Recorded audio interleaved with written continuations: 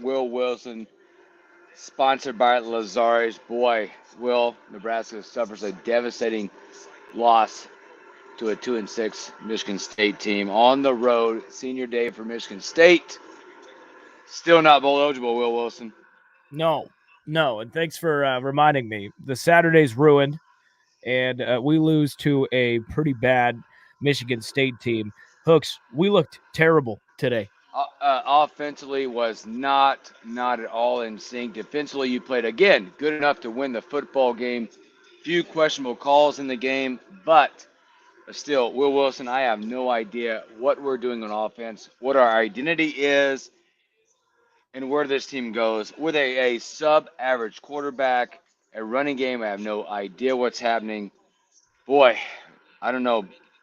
You got 3 games left to get bowl eligible. It's simple. I mean, we have had a lot of success running the ball. Michigan State did a really good job of stopping the run today. And when that happens, they're going to force Harburg to throw it. And he looked terrible through the air And we today. know, yeah, we know how that goes. Again, a few questionable calls, maybe a PI, a missed face mask. But defensively, again, you played good enough to win this football game. You go on the road to senior day at Michigan State, and you don't perform. You don't take advantage of opportunities out there. And again, I have no idea what we're doing on offense. Matt Rule has got to be thinking, man, our defense is good enough. You hold them probably, I think, I don't have the stats in front of me quite yet, but less than 300 yards of offense. But your defense is good enough. Your offense cannot get it going with a sub-average quarterback. A few trick plays in there. You have some DBs getting beat on trick plays. You have opportunities, and you just don't get it done. You don't get it done in a beautiful day, by the way, here in Lincoln right now as I'm on my back patio with a bunch of friends celebrating my wife's birthday, and you don't get it done. And you fall to 5-4. Yeah, I think the defense deserves, because we want to talk about the offense being bad, and they were. I mean, the O line looked awful today. Gave Harburg no time. That went into why Harburg kind of looked bad today.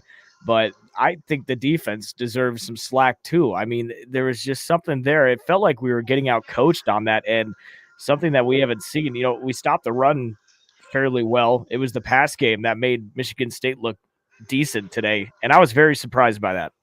And quite honestly, yes, I agree with you, Will. And you get out coached. You get out coached a little bit, and you get out muscled up front. Offensive line did not play well today. You get out muscled up front, and you get beat. You got beat on the road for Mm-hmm. versus an inspired crowd, an inspired team, playing like you and I said on our show in the morning hookup. What are they playing for? Coaches that are going to be gone, players going to be gone. Yeah, but again, they out muscled you, they out physicaled you, and you just didn't do enough to win this football game. No, it didn't look the same like we've seen that defense look. You thought they'd have motivation coming into this thing. I mean, you need one more win for a bowl game. My roommate who's with the team, I was talking to him, and he doesn't go on the road with the team very often, but this week he did because he said, "quote I want to be in the locker room when they become bowl eligible." Well, I feel bad for my roommate because he just went to East Lansing for no reason. But I agree, man. The defense just looked off today. I mean, the O-line is what it is. I don't know if we can expect a lot from them considering we're still down 3 guys. So it was pretty rough altogether. We got some comments coming in. Again, the Real Red Reaction Show, powered by Lazari's. 402-489-1240. Call in, get your voice heard, react to the game. How are you feeling right now, Nebraska Nation? Not bowl eligible yet. I feel like everybody and their mom picked Nebraska to win today, and that did not go our way. We got some comments coming in on the stream. You can follow the stream, Twitter, Facebook, on YouTube as well. We have Brennan who chimed in first. He said he's going to throw up. I'm guessing that's because it's not because of multiple Jameson shots. I think it's because of the play on the field. Brian chiming in said, well, that sucked. Brody says offense is horrendous. It was today. And again, I'll go back and say it as Hooks is his video stream is down right now, and we are awaiting Chris Schmidt and Elijah Herbal. They will be joining the show in a few minutes. They are in East Lansing for this game. They're at the stadium right now, so they're just waiting to get up to the press box and get situated. So they will be joining the show here soon. Brody says the offense is horrendous. Listen, I said it. They made Harburg throw the ball. And I guess last week, you saw some big plays out of the guy, which kind of gave you confidence that Harburg can throw it. But he made one good throw today, and it was early, and it was in the first quarter hooks up the middle to Fedoni. That was his best throw of the day. Other than that, I agree. Best throw of the day. Sorry, I was looking at stats. That's why I went out for a minute. 295 for Michigan State, 283 for Nebraska. Telling stat, by the way, Michigan State 7 sacks on the day. 7 total sacks on the day.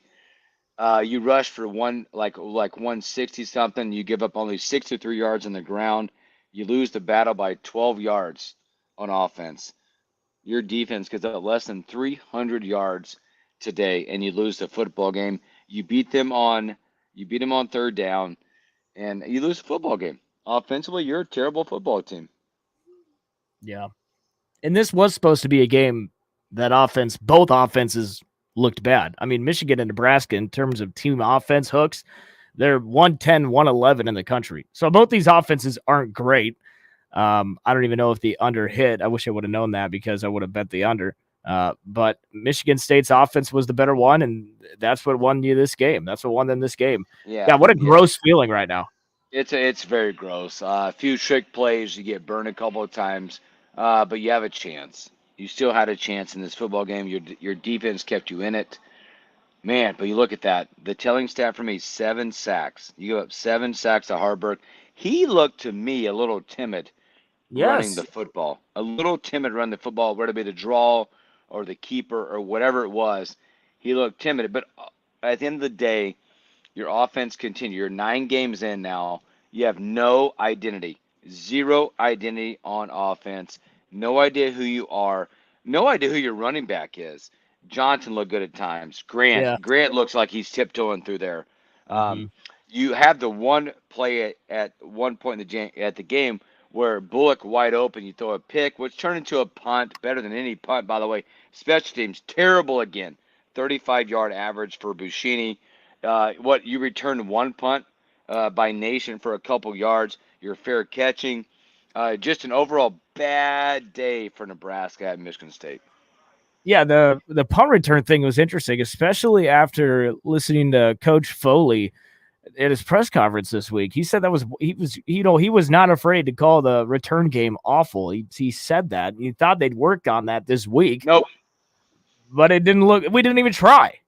Didn't even try. You had a lot of fair catches. At one point, I was telling people at the house, I'm like, is Kemp just there for pleasure, just for pleasure? No returns. He had a couple plays in offense, but man, whoa, boy, I tell you what, a beautiful day in Lincoln. By the way, I'm outside on the patio. Beautiful. Oh boy, Chris Schmidt, Elijah Herbal joining us. Schmitty, Elijah, terrible day in East Lansing. Tough one, fellas, as Nebraska had 2 cracks at it.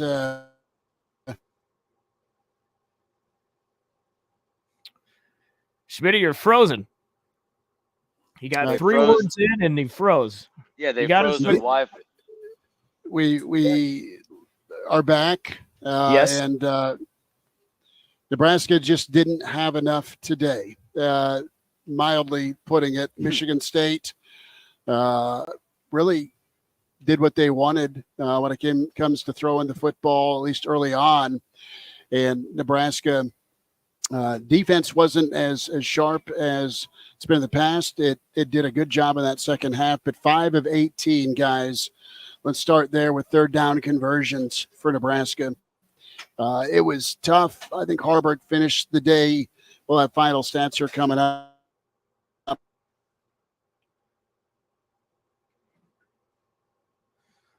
Schmitty, we lost you again. You just can't win.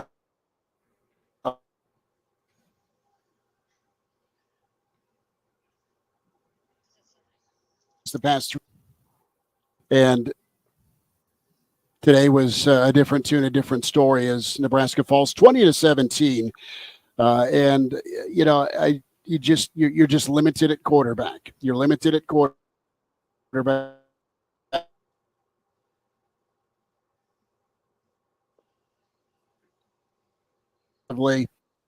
you've got a couple of instances where some curious calls didn't help Nebraska, but when push comes to shove, Nebraska needed to do better in their own right offensively.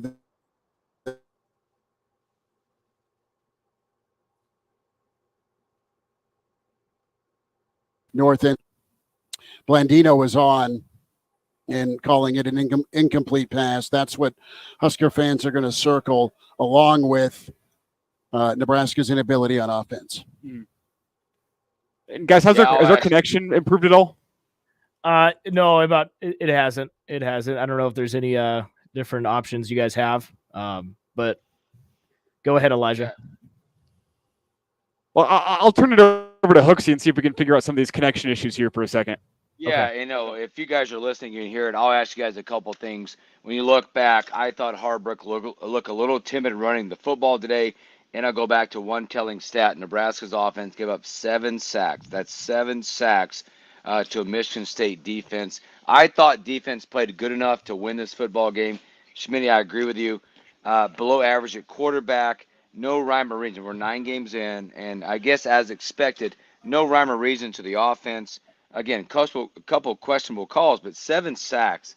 Boy, can't have 7 sacks against a Michigan State defense. Well, you can't have 7 sacks, fellas. You can't have a quarterback holding on to the football either. Not all of those were on the offensive line. Some of the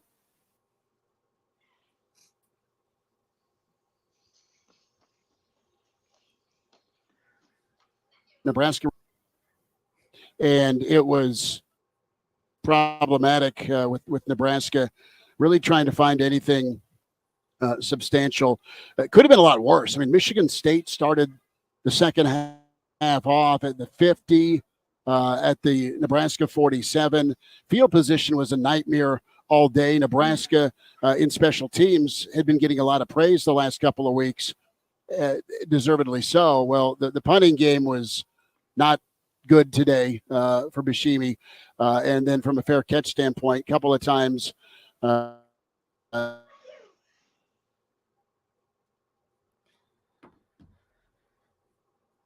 own territory. We know the football, and it's an issue. 489-1240, 489-1240 as Real Red Reaction is here live in East Lansing, also in Lincoln with Will and Hooksy. Post-game powered by your friends at Lazari's. If there's ever time now to get a slice and a beer, or 6 or 7, your friends at Lazari's can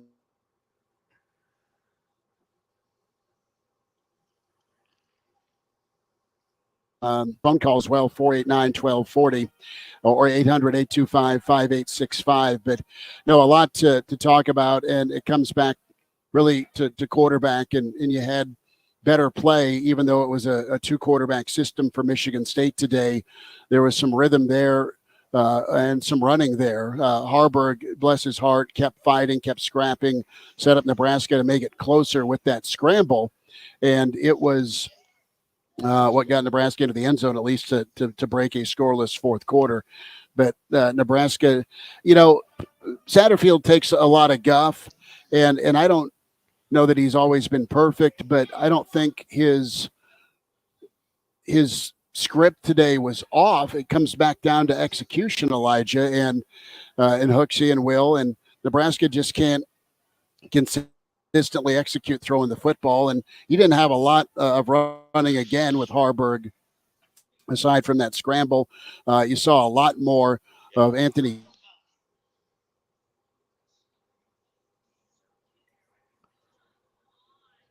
too much. What they needed on offense to come on the road. You need to pack defense. Defense did well enough. Agree with that. Special teams, a minus. Didn't win the special teams game aside from Alvano's field goal.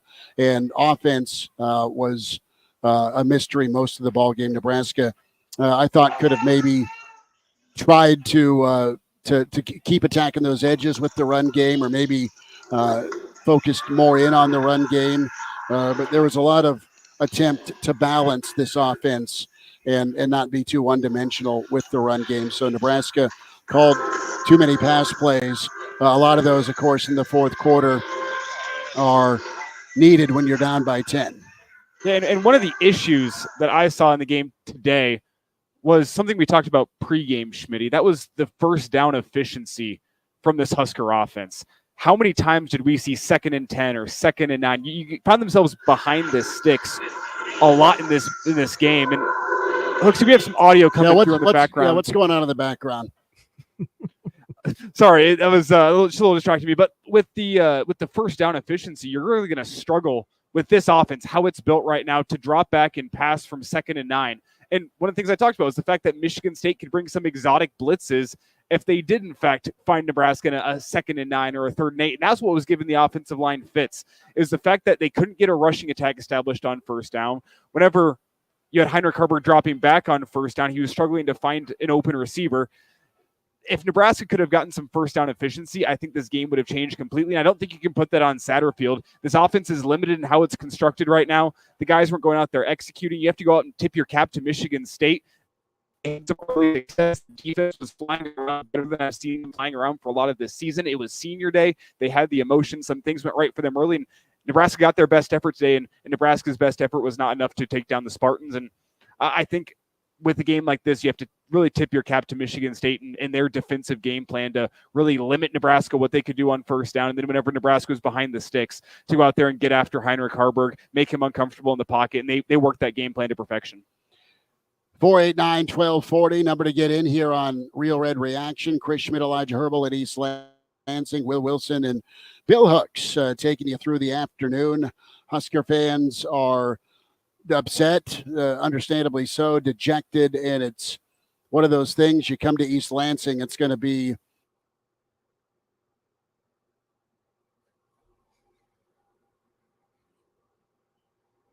also Nebraska needed to find a way to start fast or start faster, and you're going to grow in confidence and really help Michigan State make their mind up. Do you want to play ball today? And you let them hang around. You let them get a lead. That was what the doctor ordered. If you're Michigan State, I want to ask the question here, and it's a fair question right now. I know Purdy has been talked about. Will you see Chubba Purdy ever? We saw probably the last of Sims last week. At this point in the season, do you consider making a change? And I know things are graded in practice, and you're going to stick with a quarterback. You're going to play through the good, and you're going to play through the bad. But right now, you've had a string of ball games that hasn't gotten better. It's been the same thing, but just a different quarterback with turnovers. Today, 2 interceptions.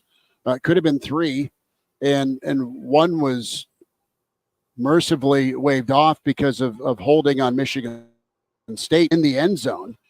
So you have 3 fumbles, 2 lost, and 2 interceptions. You go on the road, and you're minus 3 in the turnover battle.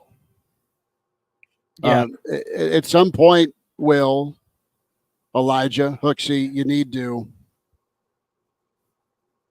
maybe go to the bullpen. And I don't know that would have been fair to Chubba Purdy. I would have liked to have seen that option presented, and I would like to see that option presented in the future if you're Nebraska.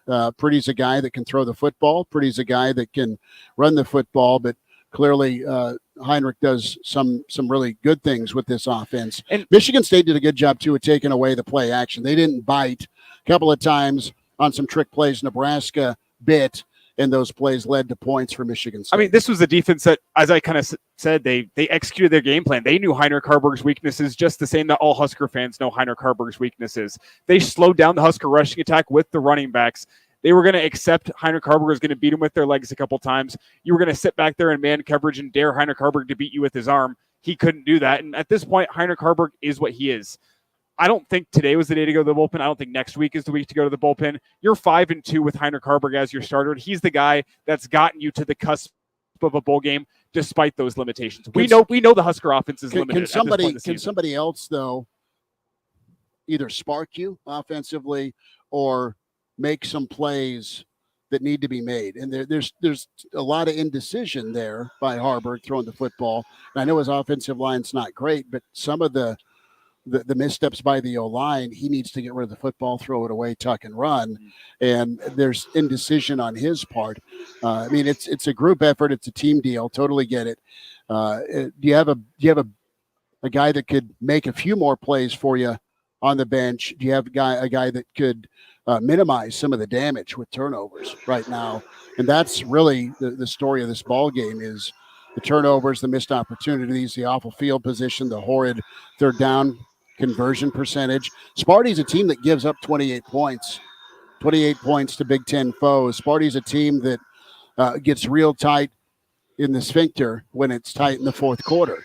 And they did that to themselves again. I mean, their offensive coordinator was going to be walking home when he's calling a pass play and they're not burning clock. They let Nebraska have 2 cracks at it to go down and get a game-tying field goal. Nebraska couldn't produce. So the quarterback, do you have somebody that can enhance the offense a little bit more while still manage? And right now, you didn't get much management. You got more turnovers.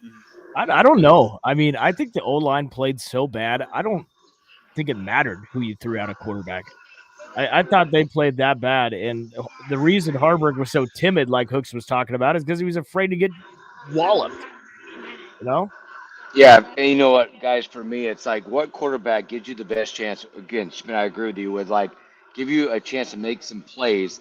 But what quarterback is going to give you the chance after 9 games to create some kind of identity?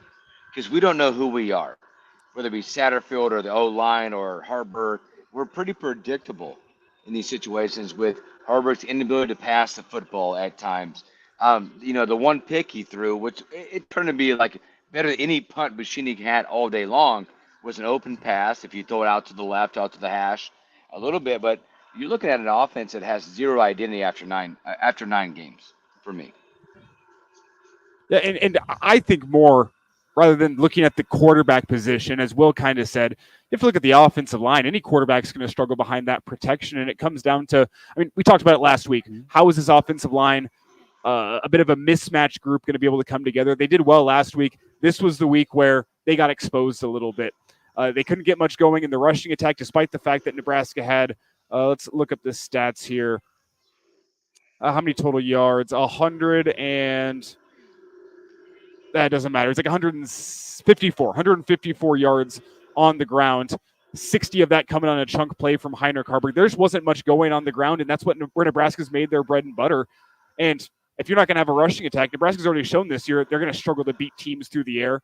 That's Sims, that's Harburg, that's whoever you've thrown at quarterback, and it's tough to put a guy behind that offensive line with the protection that they had today. I look much more at the offensive line today as being the culprit of a lot of these offenses issues, because Nebraska, 154 yards on the ground. It's good compared to the past couple of seasons, but whenever you realize that a lot of that's 2 chunk plays from Heinrich Harburg, you're just not doing enough on the ground to win. That's how Nebraska wins football games. Nope. And you have to tip your cap to the Michigan State front 7 for coming in and coming out and executing and shutting down that Nebraska rushing attack. You cannot win, even in the Big Ten West, 12-28 throwing the football. And nope. Your point on the offensive line, I'm not in disagreement. I just need more management from my quarterback, and he's given you a shot to win. He's won some ball games. There needs to be, simply put, less interceptions and less fumbles. I mean, the guy, part of that is a symptom of the offensive line, but there were not every drop back where he got sacked was on the offensive line. He had 3 or 4 seconds to get rid of the football, and there were times, fellas, that Nebraska didn't look at there are wide open receivers at times on some plays. And instead it's I'm going to make my mind up. I've got time. I don't see a green jersey flashing in front of me. I'm going to chuck it down. And it's problematic because a check down or an intermediate route is open, and you're throwing it a lot of times into coverage or a guy that is covered in man coverage, or it's contested. So you lose that down, you burn that down, and a couple of times it resulted in interceptions. Here's what I don't understand, and you look at the way this game shook out, 20-17 Michigan State. Let's take 7 points off the board and trade it for 3 with Michigan State on that touchdown. There's a lot of plays in this ball game. Nebraska should have been better. They weren't good enough today. That said, how do you absolutely screw the pooch on that call in the end zone when the top of the football hits the turf, hits the ground? How do you screw that up? If you're the Big Ten, there needs to be somebody at the home office in LA that can overrule these guys. Well, because that is a difference. I want to get Will and Hooksy's take on that one, because in the stadium, watching on the big screen, there wasn't an angle. You could see that the ball, the tip of it, hit the turf. It looked from the angles they showed on the big screen. Obviously, that's going to be a biased look because it's coming from Spartan Vision. But it didn't look like the ball was dislodged ever in that process. It looked like he still had it pinned to his chest despite the fact that it hit the ground. So I want to turn over to the guys that watched on TV. Was there a better angle from TV that showed that ball moving around? And I watched it. So, yeah, I agree. Yes, there was. So I watched that from home, and I saw the fact that they had Dean from New York talking about it wherever he was. And he said, typically, he's going incomplete. He's incomplete, hand on the side of the ball, not under the ball. He said majority of those calls are incomplete. That's what I saw from home. I agree with his analysis on that. Should have been an incomplete pass. Yeah, well majority of the calls. Yes. I don't understand how there's still so much gray area in football on what is a catch and what isn't a catch. Most of the time, it should be every time or not. It should be black and white. It's either a catch or it's not. And I didn't have a good enough look from what we saw in the stadium to be able to tell. But if Dean Blandino is saying most of the time it's not a catch, I just want some clarity on what is a catch and what isn't a catch. Because from the angles I saw in the stadium, I thought, you know what, I can see this being a catch, but I still haven't seen the TV angle on that. Yeah. He talked about the side of the ball versus under the ball. Clearly, side of the ball should incomplete. By the way, update from college football. Kansas State goes for it on 4th and goal in overtime, does not get it. Texas 33-30 win. Wow. They were up 24-7. Yeah. Yep. And they don't win. They won the game 33-30. Game over. Yeah, that catch. I mean, it was a clear look too. There wasn't any argument about not being able to see what happened. Like, it was so clear, and we just got screwed on that one. But Elijah, there was a joke in there somewhere when you mentioned Spartan Vision. There was a joke in there somewhere where they remember the trivia they had a few weeks ago. Yeah. I mean, I can't. It'll come to me, but give me a few minutes. Yeah. I mean, there were. Again, Elijah, sorry, there were a few missed calls. Beside that one, I want to talk about Malachi Coleman getting absolutely trucked downfield, trying to make a play on the ball. I mean, Matt Rule, I'm not sure. Those are the two. I'm not sure you could see it on TV. Matt Rule was running down the sideline screaming at the officials. He was pissed about that one. And I'm sitting in the stands looking like this, and all the Michigan State fans that are around me, they're holding their breath too, because everybody except the two back judges on that play thought that was pass interference. That was more egregious to me than the touchdown call. I mean, so that one plus, again, we got the first down, but clear face mask on Harburg as he's running the ball. We end up getting the first down. So there's 3 calls in this game. Mm-hmm. Brady chimes in, and we'll get to your comments here on the Hail Varsity YouTube and Real Red Reaction YouTube channel. Can watch the show that way. We're live here on KFOR, KFORnow.com. We'll be 90 minutes on air, and then whatever's left digitally, you're welcome to chime in. So Brody chimes in. MSU had more energy. I know we're stuck with what we have at quarterback right now, but next year we need a huge upgrade at that position. That was awful. Yeah, you got to go get it right in the portal, or get it right in recruiting, or get it right in the quarterback room when it comes to jumps and development and skill level. And right now, who wants to win the West? Wisconsin falls to Indiana. Those are 2-6 football teams. Indiana and Michigan State playing for pride. Chris is right on the money. And why do I keep picking against Nebraska on the road? Turnovers. And you go -3 on the road today with minimal offensive production, a defense that has been carrying the water for most of the season, if not all the season, and you get bad special teams play when it comes to your kicking game. There were no points scored off turnovers, miraculously enough, but it still takes away from a possession. And Nebraska's second half went 4 punts, interception, scramble on 3rd down, the second 3rd down conversion of the second half, touchdown, and then you get 2 cracks to drive the length of the field. At the end of the ball game, when Harburg got stripped. Was that deflected or was it a clean strip away? I didn't get a great look at that. I think it was just at a point to where we had to get a snap off. I mean, if we had a timeout and called it, they probably would have reviewed it, but it was just a bad spot. Mm-hmm. Honestly, that call was pretty close. I mean, you could go either way there. But at that moment, does it warrant a buzz from the tower, though, is my question. Yes, absolutely. Absolutely. I think it warranted a buzz. But going so quick because we got to get back to the ball, no time for that buzz probably, but I think it warranted a buzz. Hey, guys, help me understand the defense. I thought the D-line played good, but it's just the energy. You talk about the energy. It just didn't seem like the type of defense we saw these past few weeks. And I don't know. It kind of felt like we got out-coached on that side.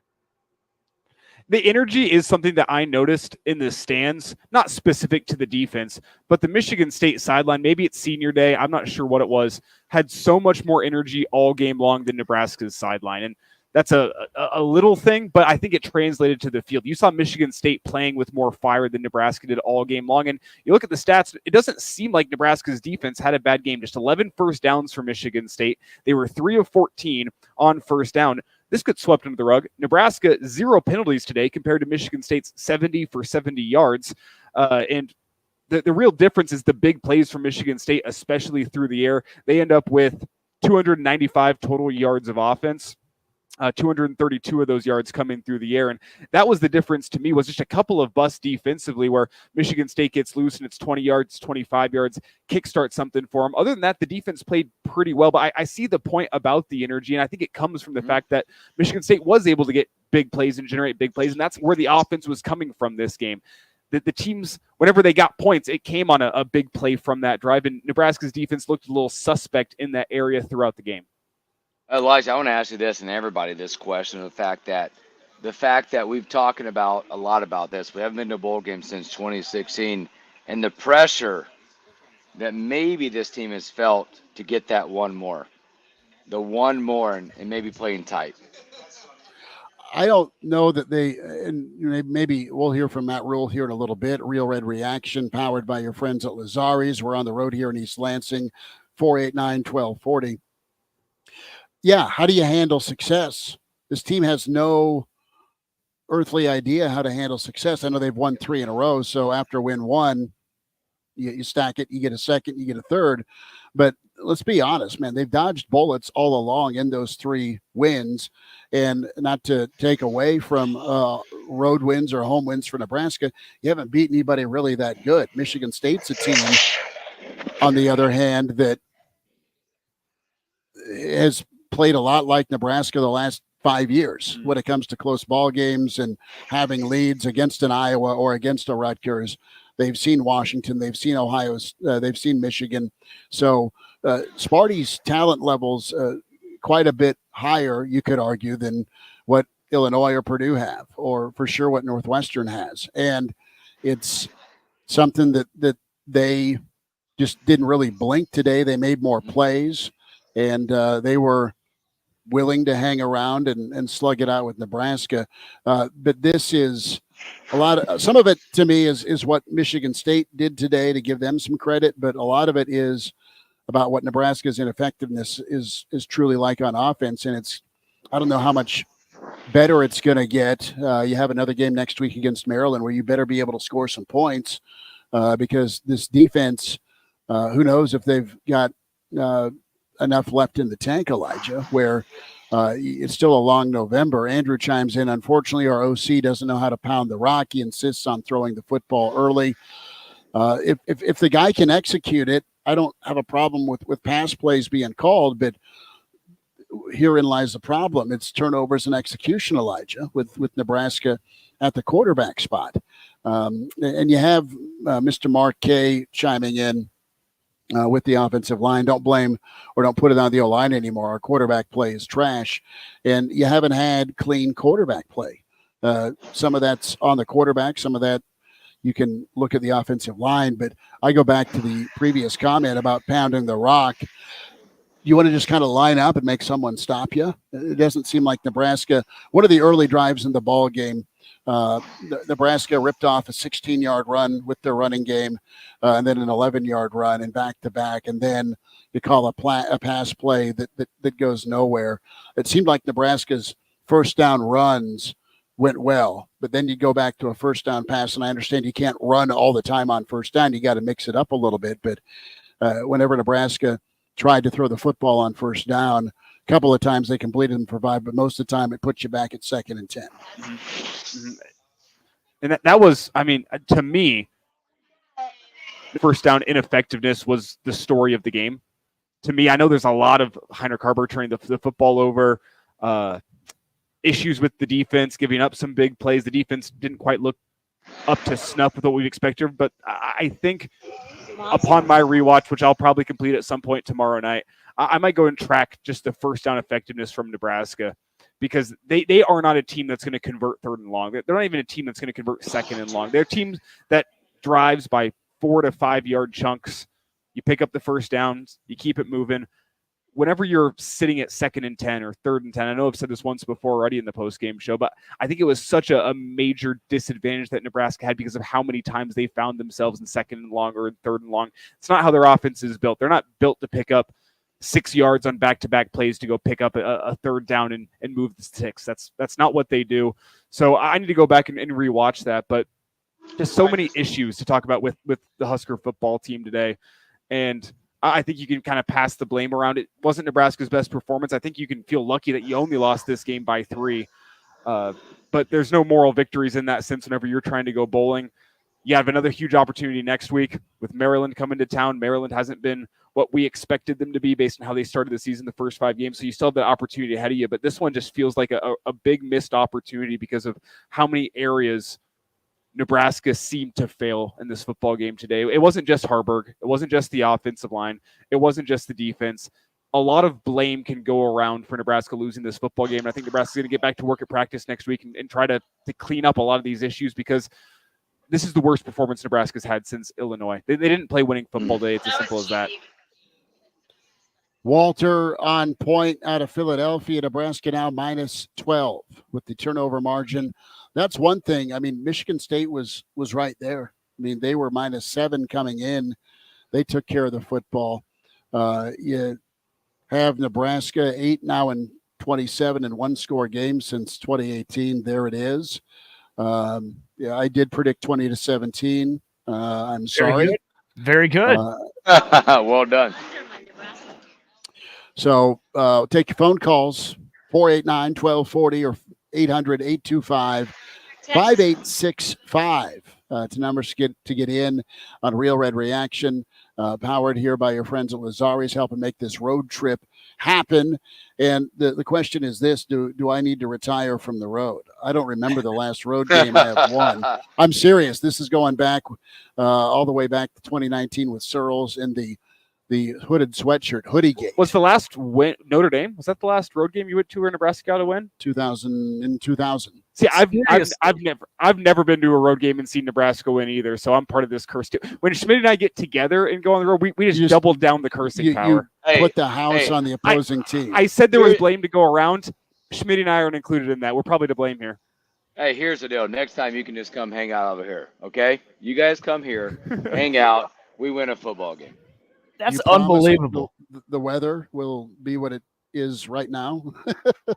That is unbelievable. Jeez. Notre Dame, that blows my mind, Schmitty. That's almost unlucky for you. No, completely. You have a good time, though, I'm sure.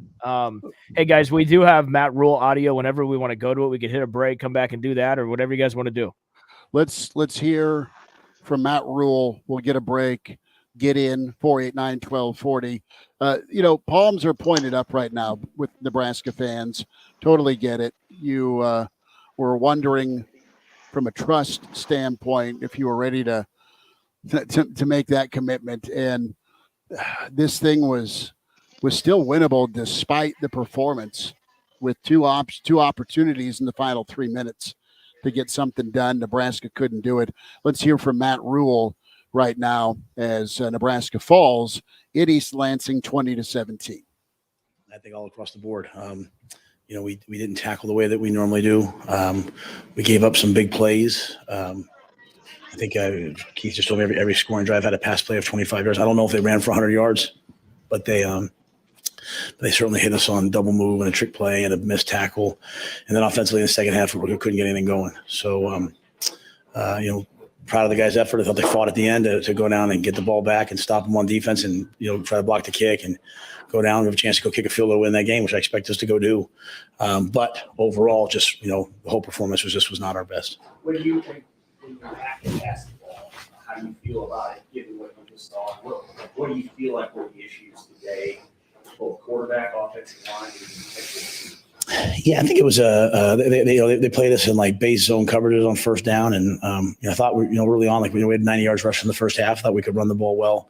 Had some early third down conversions. They on second down they played man. On third down they played man and pressured us, and just didn't beat those enough. Had some plays dialed up where I thought we were going to win, and there was pressure, or other plays where there was no pressure, and we just couldn't quite connect. You see sometimes, when we have rhythm and we have timing, we're in a little bit of tempo at the end.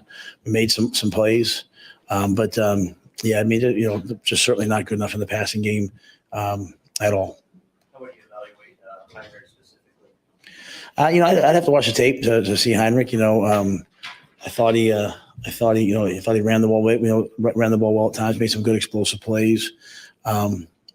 So, I know he competed. He brought us back. I'd have to just go back and watch the tape. I know those last two, the ball was knocked out of his hand. So you guys probably had a better vantage point on the replay than I do from the field. So I'd have to go back and see what exactly that was and why those things happened. Do you consider making a change for a spark? Or obviously you mounted that drive late, but was that No, I didn't consider that. I was just in the flow of the game. I mean, to me, that's a Big Ten game. It's a 13-10 game. They come out, the punting game, they had the field tilted towards them. So, but we had been stopping them. And then obviously the kid made the great catch down the right sideline to make it a 10-point game. And, I thought we were moving the ball down there, took a shot down to Malachi and,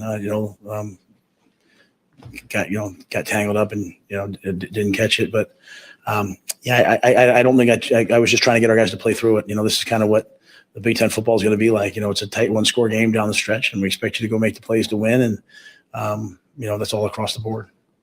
Was there instruction to camp to catch everything?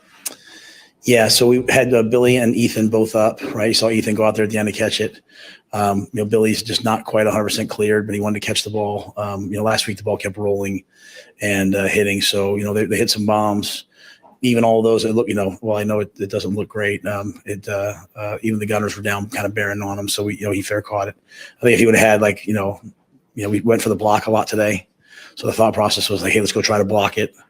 We think we have a chance. We thought we had a chance going in the game to be a good block team. So we were trying to block him and then put him back there for the stability of winning the turnover battle. How would you describe your pass defense today? It seems like they hit a few big ones on you. Yeah, obviously got hit on the double move, got hit in zone on a shallow cross. I just felt like, kind of watching the guys on defense, it just never felt as crisp and as right as it normally is. I wouldn't say certainly it was flat, but, just they made some big plays. They made a great catch on the double pass. They made a great catch on the fade route down the sideline. And that's a play. If you look at it, you go back and look at the highlight, Phelan's over the top as a post player, going down to catch the ball, you're hoping that you come across and pick those balls off or not, get a big hit. So credit to them. They made big catches down the field, but, we were able to get to the quarterback sometimes, but not enough. It just never quite got into the rhythm on defense that you're used to until the very end, right? The very end. Even then, they were still throwing the ball. We were able to make some plays, but it just wasn't quite what I'm used to seeing from the guys. Is that the secondary? Would you say it wasn't quite that? It was front back? I would just say the whole thing. I think I've asked all of our guys. I mean, it just felt like Five's an excellent back. Let me just start by saying that Carter's an excellent back, and it just never felt quite as to the level of the way we've been playing in terms of the physicality and coming downhill and striking and tackling like. So we were falling off plus, but it was never. I wouldn't say it was egregious. It just at the end of the day, like we expect our defense to go out and play to a standard. Kind of like I said to you guys last week, right? The standard wasn't quite what we thought last week. But again, we can't give up big plays. Doesn't matter how good you are on defense, sacks, takeaways. If you don't take the ball away and you give up big plays, it's not a recipe for winning. The circumstances have to be considered with turnovers, but again, you're -3 today. How do you feel about that? Also, not generating. Yeah, I thought I thought our ball security and all those things that have been plaguing us, snaps on the ground, I thought it was so much better, right? I thought it was significantly better in the game. But to your point, we never took the ball away. At the end of the game, we can't have those things happen. We have to make those plays. And so there'll never be an excuse for being -3, right? It's -3 and you lose by 3. I mean, you're probably a better football team than that. So as I said to our guys, our guys, we're a good football team. We're finding out what it's like to play games with consequences late in the year. When you come in after winning a couple games, you're finding out they're finding out for the first time that people are ready for you. They did not pay attention to you all week. They studied you all week. And you're going to have to fight, scratch, and claw, and not just assume, well, we've stopped them for 2 drives, we're going to get them going now. Or, hey, we ran the ball. The first drive coming out of halftime, we had 30 yards rushing on the drive, and then we sputter. So there's a lot more lessons to learn from this game. It's painful, but they have to learn them. No, I don't know. I don't know. Anything. I know the one time just a rusher came in, but I mean, I think there's nothing that I know of. Did you want him to down it? To down it on that last play, or did you want to run? No. We were calling basically Hail Mary on that play. I mean, it's 4 seconds left. So the guys were jogging back, and it was just such a long. We were in position to, if we hit that ball, if we hit that in cut, we're going to probably kick a field goal, and it went back however many yards, went back 15. That's kind of a game ender. And we teach our guys, right, like at the end of the day, to win these games, like pocket integrity matters, like your ability to rush the quarterback and your ability to protect the quarterback in those situations. That includes the quarterback, the receivers, everybody. Those things matter. And we just weren't able to make that. We just need to make one more play down the stretch of that half.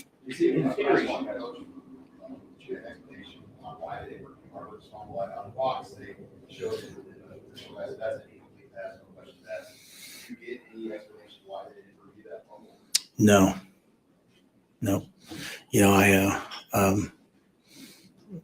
I didn't.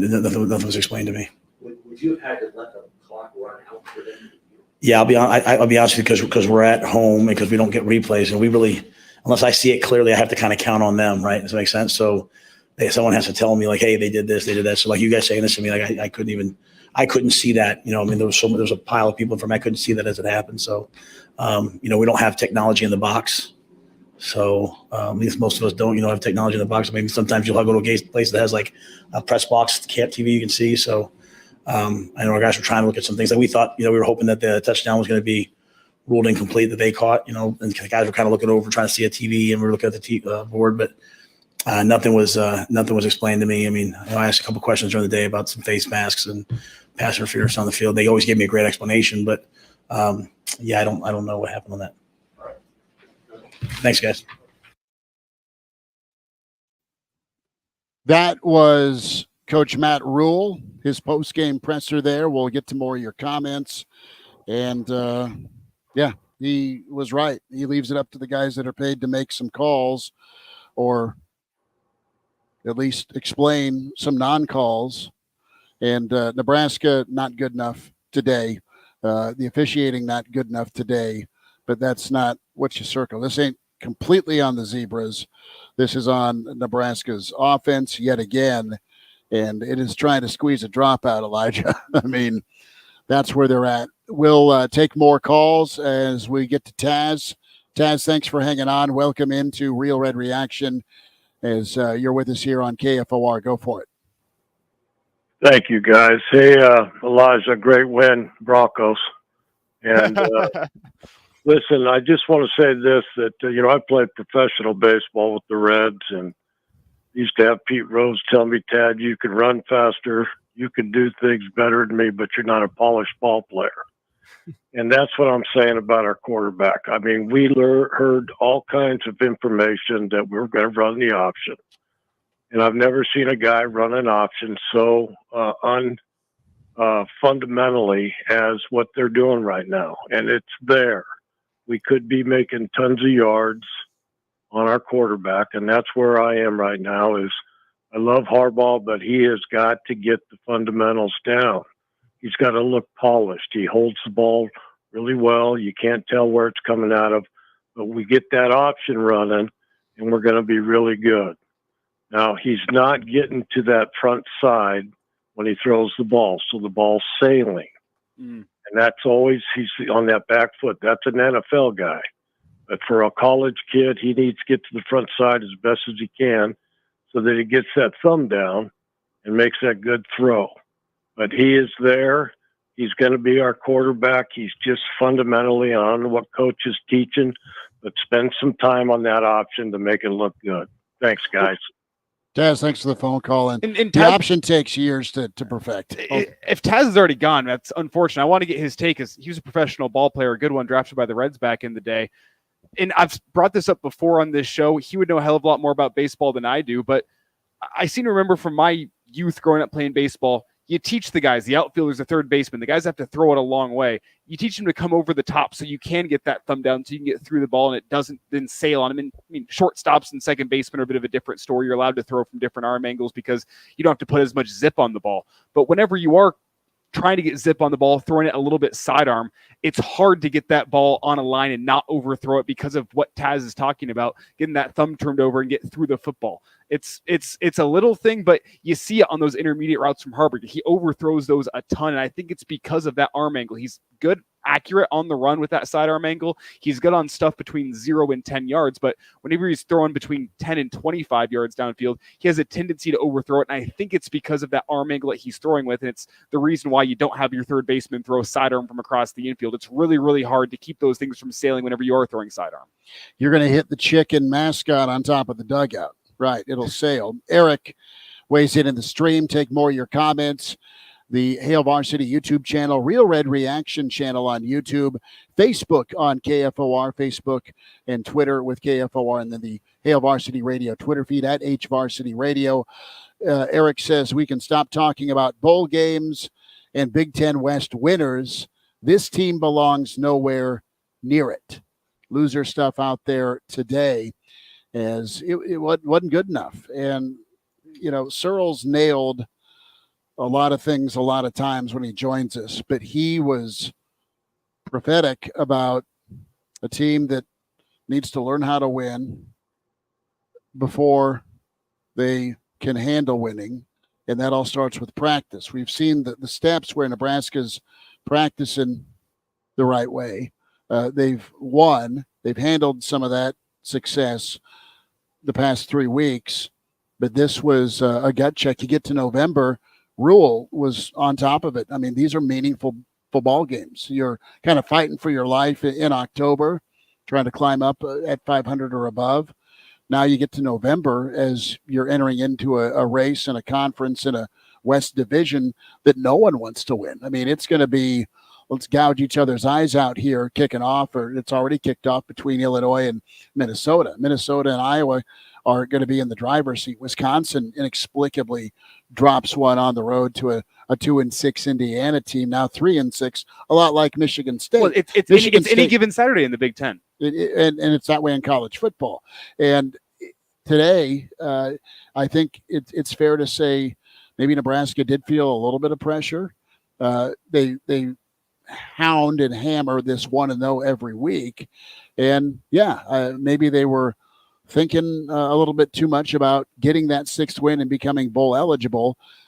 They didn't look the same. Now you're into the thick of it. This is your conference race. But the thing that has killed this football team from Minneapolis to now has been your quarterback turnovers. Who's ever back there. You're not good enough on the offensive line to lean and just run the football. Apparently that's the reason you're trying to throw as much.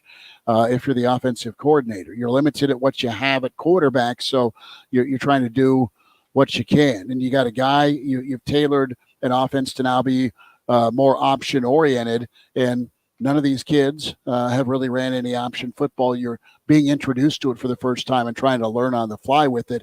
And that style of offense is so precision based that it takes years. And you look at the Eric Crouches of the world, or the Scott Frosts of the world, or the Tommy Frazier's of the world.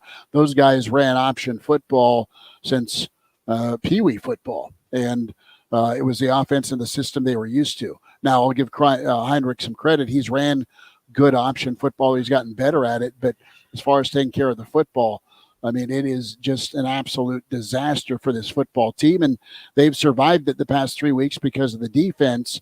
And, points off turnovers, it's going to say 0.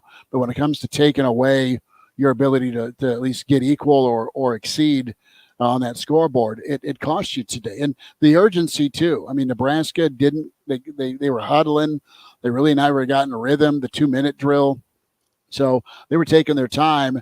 And it was there to steal today, despite how you played. And, yeah, Nebraska did get gashed a little bit by some big plays with the Michigan State offense. Michigan State's quarterback, Hauser, outplayed Harburg and Michigan State's offensive line. I mean, they gave up, I think, 4 sacks, and it wasn't a great run game today by Michigan State, but they did well enough against a pretty good defense that allowed 20 points today. And for as much of a downer as today is felt, and I think it feels extra soul crushing because of just the way in which it happened. You're playing a 2-6 football team that we said it all week long. They're a hell of a lot better than they're running today. Very true. This Michigan State team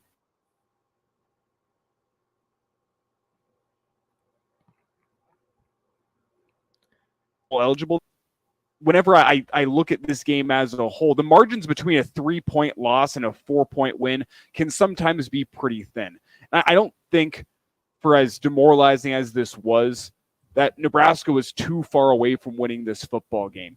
And if you want to take an optimist look on this game, you only lost by 3. For all the things that went wrong in this football game, your defense playing without juice, the turnovers offensively, the lack of a consistent rushing attack, Nebraska still only lost by 3. And I think you can use that as some evidence to this team moving in the right direction, though today feels like a massive step backwards. You still have 3 games ahead of you to get to bowl eligibility. Let's be honest. We've talked about it on this show, on the Real Red Reaction Show. We've talked about it on our show throughout the week, Hail Varsity Radio. The Nebraska controlled their own destiny to a Big Ten West title. And let's be clear, with how Nebraska has looked this season, Nebraska would not have deserved a trip to the Big Ten title game, but no one in the Big Ten West this year really does deserve a trip to the Big Ten title game. So let's throw that out there. Maybe Nebraska still controls their own destiny based on how some other games go today. But in a 3-point loss, that can just be a couple of plays that make the difference between a loss and a win. And we talked about that in the Scott Frost era with all the 1-score losses. So I don't want to sit here and take an optimist view on that because it doesn't feel great. But Nebraska is just a few big-time plays away from winning this football game. Nebraska, if they can get a couple of playmakers, that's what I think there was a lack of today. A lack of playmakers, guys in big-time moments, making big-time plays, allowing you to go win a football game. We haven't seen much of it at all this year because Nebraska hasn't had in wins to play very close games. You've had some nervy moments, but not any 1-score games down the stretch where, you know what, someone needs to step up and make a big play to go win this football game in the last 6 minutes. Nebraska, I don't see that on their team right now. They don't have a guy who's going to step up and make a big-time play in a big-time moment. You know what you need if you're this Husker football team in the fourth quarter? You need a defensive guy to step up and get a takeaway and set up the offense with a short field. You need somebody on offense to step up and make a big-time play, whether it be Malachi Coleman down the sideline getting 2 hands on a football, thinking he should be able to catch that and set up Nebraska's offense. Whether it's, I don't know, name a moment in this football game down the stretch where Nebraska could have made a big-time play, could have had a big-time moment. There was a chance Nebraska could have had the ball at midfield whenever Nash Hutmacher tips the ball in the air and it gets dropped at the line of scrimmage by a defensive lineman. Well, I mean, there was opportunities for those big-time plays to be made. Nebraska was 1 or 2 big-time plays away from going and winning in this football game, and maybe they need more athletes. Maybe they just need more practice in the big-time moments, playing in a close game. I don't know what it is, but a 3-point loss could very easily be a 3-point win on a couple of plays, and we've been very down on this team. But that's my optimist view on this game today is, you know what, it's still a work in progress, and despite everything that went wrong, Nebraska was still only a couple plays away from being able to go win this football game. Nebraska didn't get the swing play moments. We talked a lot about the swing play moments. Instead, it went against you. You give up a touchdown pass that shouldn't have been a touchdown pass. You got beat a handful of times on some trickeration. Delonte Brown strikes again for 43 yards on that halfback pass. You probably gave up a little bit too much on first down with Michigan State running the football. While they didn't drive the ball on you, they at least got out of their own shadow and really flipped the field position much of the game. But you averaged heading into the fourth quarter 3rd and 9 on third down. And you just, as an offensive coordinator, when you're putting your game plan together, I'd love to see more of a commitment to the run game, however you want to do that. If it's Grant running downhill, fine, but he needs to start doing that. There's still some dancing that goes on. I would like to have seen a little more Emmett Johnson carrying the football between the tackles. I don't mind attacking the edge with Fleeks or Harburg. I mean, I think there's some real possibility to go armchair here, where the zone read game, whether you give or you keep, if you're Harburg, could do some damage. And you just didn't see that on the menu today. And you got behind 10, so you that throws out what you like to do or what you're good at into a tough situation. But Nebraska's just way too limited on offense, and you wonder how they respond against Maryland and beyond, because you still got to go get one more. And as good as you felt through October, you can't flip the script the wrong way and go 0 for November. And I don't think they will. I think they'll find a way to get one win, but you've got to do some soul searching and some mirror looking. First and foremost, if you're the defense, you got to be better. And they were fine, but they weren't great today. And for Nebraska to win football games, they have to be great on Saturdays. Offensively, I need to take more of a look at what I have at quarterback behind the two guys I've seen, because the two guys I've seen are leading the country in turnovers. And then I got to go look at what my offensive line and running back room can do. I'll say this, the young wide receivers have stepped up 2 of the last 3 weeks, right? And Michigan State didn't allow a shot play. They had Malachi got one for 30, and Fedoni got one out of the slot. So there's a few pass plays that seem to work repeatedly, and Nebraska goes to those. They tried the short passes. We thought they would, as much press coverage. Nebraska got annihilated on the edge today when they tried the short little bubble pass, and that set things up going the wrong direction. So you had a couple drops that didn't need to happen. You've had inconsistency. You got happy feet. And listen, if it's a one read call where you're going to throw to the first guy that you're told to throw to, or you see is open, fine. But if it's not there, then just tuck and run it. Because you saw when Harburg did that, it set up Nebraska's second score of the day on that scramble. Go four verts and then run if they're in man coverage. And Nebraska just has a lot of work to do. We know that they're not a great football team. They've looked good at times. They've looked really good on the defensive side of the ball. But 2 of your 3 phases failed you today. Special teams with the kicking game, special teams with the decision-making on a couple of plays. If a dances 2 inches, does a little spin with that, but if every head or you get the hell from it. Instead of field, 2 of those drives, you punt away, you go beyond, and State after the 20 points game. I mean, Michigan State had one drive to open the ball game with 76 yards that they got a touchdown on, or I should say a field goal. The rest of it was short fields for the rest of their 13 points. And that has a real effect here when we talk about complementary football. There was no complementary football today for Nebraska football, with what they couldn't get done on offense, what they didn't do on special teams, and then what the defense allowed. It's a tough place for a fan to be in my opinion. You know, you want to be mad by how they played today and the fact that we're 1 win away from a bowl game, but it's also good to remind ourselves that it's still year 1, right? You know, a lot's to come. That's why for me, it's a tough place to be in as a fan. It's like, I don't know how to feel. I want to be mad. But then I got to remind myself, there's still a few more years to come. It's been a weird day. Well, you've got a tough combination. You got a offense that's more than struggling, and you have officiating that needs to be better in this league. Yeah. You got screwed in Minnesota. You got screwed in Michigan State with that touchdown that was left on the board. You got screwed by no look with the clock running with Harburg. And I know he was pressured and I know it was deflected, so it wasn't a good situation. You need to protect better. But it at least warrants a buzz to do right by whoever, and flip it around. If it was Michigan State, they would have deserved that look. Mm-hmm. And it can't keep being this egregious. If Brando and Tillman and Blandino are all in unison saying that's incomplete, then why do the 5-6 officials and the guy in the booth here next to us get it wrong? And if you're Nebraska, it's a bigger topic of discussion with your offense and your quarterback and what's not happening. A few more minutes here on KFOR before we go digital, and the number to get in is 489-1240. Line them up. We'll take a phone call or two and get to more of your comments in the stream. A quick timeout here on Real Red Reaction with KFOR, powered by your friends at Lazari's.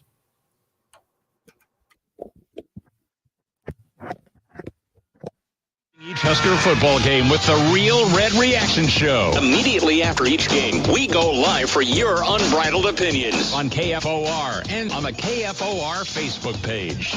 Veterans, do you know what local, state, and federal benefits and services you're eligible to receive? Do you want help navigating the application or appeals process? Speak to your county veteran service officer or the Nebraska Department of Veterans Affairs State Service Office to see what's available to you and your family. You served our country, now let us serve you. Visit veterans.nebraska.gov today. Sponsored by the Nebraska Department of Veterans Affairs, aired with the Nebraska Broadcasters Association and this station. Choosing flooring doesn't have to be hard. Enjoy the process with Carpets Direct. With endless possibilities, you can imagine your home in a new way you've always dreamed of it. At Carpets Direct, your dream floor is our job. With so much to consider and so many ways to accent your home, the Carpets Direct team is here to lead the way with carpets so tempting you won't be able to resist. Feel free to dream big at Carpets Direct, 48th and Highway 2 in Lincoln, and online at carpetsdirectne.com. Football season is back, and no matter which home team you root for, there's one thing everyone in the Midwest can agree on. If you're tailgating or grilling at home, nothing beats a freshly baked Village Hearth bun. An old-fashioned hot dog bun is the perfect accompaniment for a brat or a hot dog and all the toppings your little heart desires. And for the best burgers, you just can't beat the Village Hearth Classic Bun. So head to the store and pick up some Village Hearth buns. The weekend is almost here. Super Saver has everything you need for tailgate season at home or away. Grill out with your favorite selections and serve the best sides and drinks. Super Saver, we sell for less. Listen to this station anytime, anywhere on Odyssey. Odyssey is your new audio home for all the music, news, sports, and podcasts that matter to you. Odyssey. That's AUDACY. Uh-oh, Brad's buzzed. Oh, yeah? Yeah, he's starting with the woots. And now a speech. I just want to say that friendship is about heart and brain. Who's with me? Good thing is, he knows when he's buzzed. And my brain is saying, when it's time to go home, somebody call me a ride. Love that guy. Me too. Know your buzzed warning signs? Call for a ride when it's time to go home. Buzz driving is drunk driving. A message from NHTSA and the Ad Council. Hey.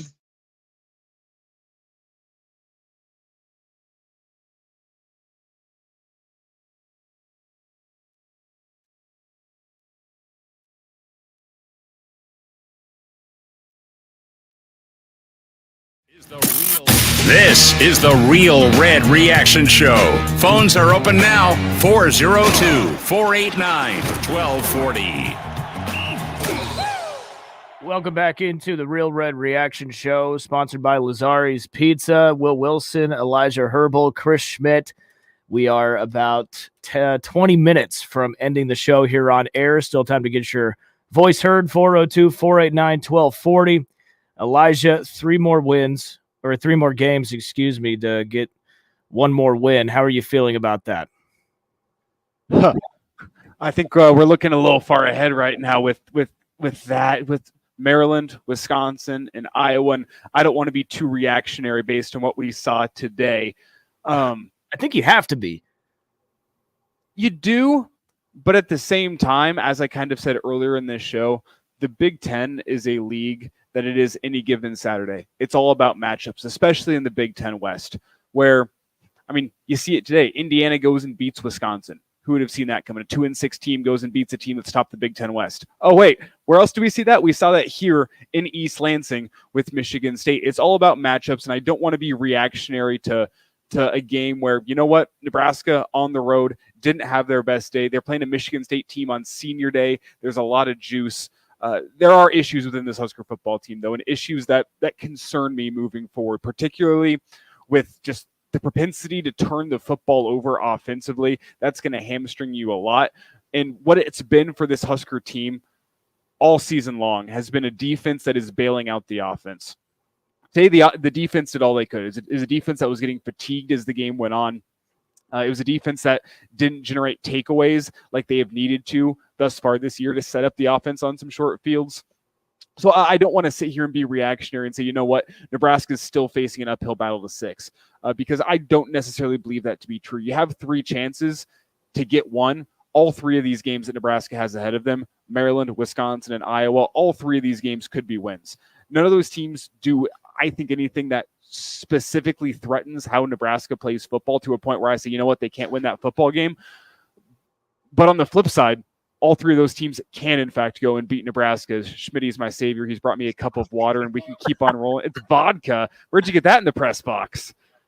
No, but simply put, this was a game today that was winnable for Nebraska. It was winnable for Michigan State. Michigan State went out and made more winning plays than Nebraska did today, and I think the blame can kind of be it can be dispersed evenly throughout this football team. All 3 phases of the game could have made more winning plays and flipped this result. And you know what? It's going to be that same story over the next 3 weeks.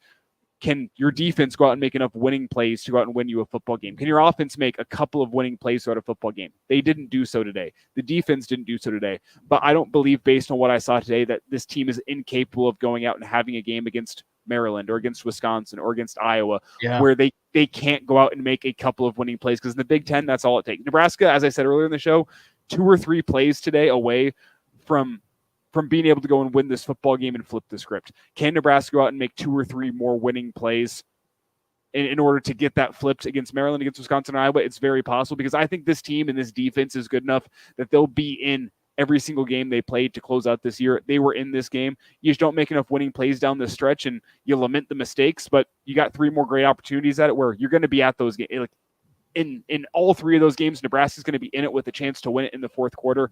I don't think that's even a bold statement to make at this point. Your defense gives you that ability. Can you go out over the next 3 weeks and make a couple more winning plays in crunch time than your opponents? If they can do that, they're going to be bowl eligible. And you know what? They still got a chance at making a Big Ten title game. I know I said that earlier, that we shouldn't be talking about that. I'm going to bring it up, though. If you can go out and make a couple of winning plays in the next 3 football games, you could still easily play your way back into that. It's not a dead dream, but I don't think that is the hallmark of what a successful season will be for Nebraska this year. And that was kind of the point I was trying to make earlier. 489-1240, 489-1240, 15 minutes here on KFOR left for you, and then some more time digitally. And our friends at Lazari's helping power this road trip. Get yourself a phone call to your friends at Lazari's today for you know what, a spicy. I need some spicy chicken right now, to clear the throat out. And big thanks to Seth and Gregors for being a part of things. Also, our friends at Sauter Heyman getting us on the road 3 times this year. 0-3. Don't blame us. Don't blame them. But it's just kind of how the ball bounces for Nebraska right now. The reality is still achievable to get 6 or beyond. Today doesn't feel like it a lot because of how poor the offense performed. And Nebraska, when we talk about their what do they do well? Let's focus there. If you're sat and you're looking at who you're playing and you see what Michigan State's liabilities are, Michigan State's liability coming in is what through the air, right? Mm-hmm. Their secondary was not good. Now, that being said, what do you do best as a football team? You run it. I'm going to ask both of you guys to keep your headset on. What do you do? Let's go totally dive in armchair here. And do you do what you do best and make them stop you? Or do you try and chip away with what the defense is more liable or likely to be stung by? And that's the question you got to really circle and answer as you're putting a game plan together on offense, knowing what you have personnel-wise. I've said it plenty of times before, Will, and I'm going to keep my answer short and sweet here and turn it over to you. The Big Ten and the Big Ten West especially is a lot of times about risk aversion with your offense. And I think that means you got to do what you do well. You know what is risky? And we saw it today. It's Heinrich Harburg putting the football in the air and giving the Michigan State secondary a chance to come down with it. If you don't turn the football over and you can make a winning play or two on special teams, you probably go win this football game. Buschini didn't have his best day punting the football. Simply put, Michigan State just made more plays in two of the three phases of the game to go out and win this football game, in my opinion, with their defense and with their special teams. Their offense did enough. I don't think it went out and beat the Husker defense. I don't think in that head-to-head matchup, I'll give Michigan State a clear win there. But a lot of times it's about risk aversion in the Big Ten West. And if Nebraska averted a couple more risks, maybe they're the winners in this football game today. You never know. But I think you got to stick with what has gotten you here this far. It's running the football, specifically running the football with your quarterback. I don't think there was enough of that today. How many carries did Heinrich Harburg have? Pulling that up, he carried 14 carries for 75 yards. So he did again lead the team in rushing. He only had one more carry than Emmett Johnson, but he did also lose 38 yards on sacks through those 14 carries. So he would have been over 100 yards on the ground had he not been sacked today. It's your best option. Maybe you got to ride him more. I'm not sure what your other option is should he go down, but right now that's what Nebraska's offense is. And if I'm talking risk aversion, it's keeping the ball in his hands on the ground, doing that zone read action. I mean, Nebraska's offense is what it is. It's not very good. You need your defense to go out and make winning plays. And if your defense makes more winning plays and you're a little more risk averse on offense, you probably go win this football game. But that's a couple of what ifs, and we didn't see the ifs today. I agree. You stick to what you know, especially the fact that we have so many guys second string that are playing serious minutes now. It's not smart to just throw something totally different at them. So I agree, Elijah. You stick what you're doing. I really think it's dangerous, though, because you keep running the ball a lot. We're going to see what we saw today with Michigan State stopping it, forcing Harburg to throw it. We saw what happened. That wasn't pretty. So we got to figure something out. But I agree. You stick with what you know at this point of the season. Well, what's your best chance at winning a football game right now? It's 10-7, 13-10. It's riding that defense. Whenever Michigan State puts up 20 points in a football game, you're always going to struggle to win it with what Nebraska's offense is, because more often than not this year, Nebraska's offense isn't going to get more than 17 points. I mean, Nebraska's offense today, based on what we've seen over the last 4 games, did enough to win. which sounds stupid. But like 17 points got you a win in the last 3 games that you went and played. It didn't get it done today, and that's why I think the blame goes around. Like, yeah, if you want to win a football game, you should probably expect to put up more than 17 points, but that's what the offense is right now. You need a little bit more for your defense, some more winning plays. The blame is all around here, and this is a hard. I really want to go rewatch this one before I say anything too outlandish here, but it's just the blame falls on a lot of different places on this team right now for this one today, and the consolation is, you know what? It's not Black Friday, and you're sitting at 5 wins. It's the first week in November, and you still have 3 games ahead of you to go out and get 3 more chances at a 6th win. Well, we'll see if Nebraska can do that. We're live here at East Lansing, Real Red Reaction. Chris Schmidt, Elijah Herbal, Will Wilson. What happened to Huxley? Did he run out of Morgan? I'm guessing for the 5th time this season, he lost internet connection. Was he at his home? Yeah. So I guess we don't have him anymore. So, yeah. Well, Nebraska turns the ball over, drives stall out, and it is just par for the course with this offense. And Matt Rule is going to get the guys back to work. They'll double down. They'll focus. They'll see if they can find that elusive 6th victory. And, I think there was just probably too much back patting going on. I mean, and that was a concern. That was a storyline for Nebraska, right? Was how do they handle that pressure? Back to a Searles comment on Tuesday. How do you handle the pressure of getting there?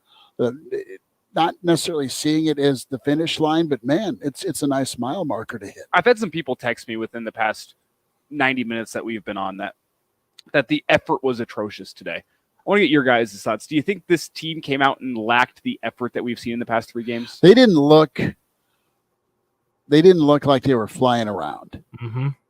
And I'll say this, and listen, this happens a lot of times when you travel on the road and it's grass. And I'm not blaming grass, for God's sake, but Nebraska just never really seemed to have great footing. You saw guys slip time and time again, and that's something that is there. Now, defensively, Nebraska's able to go pin it back, but Nebraska's edge play wasn't what it had been defensively. There was too many times guys got blocked and didn't get off blocks, and 1st and 10 was 2nd and 6 or 2nd and 5.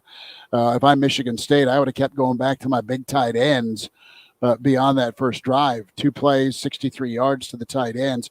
Michigan State, dude, has always had athletes at wide receiver and at tight end, and those guys are hard to D up. They're hard to D up if you're Michigan. They're hard to D up in past years if you're Ohio State.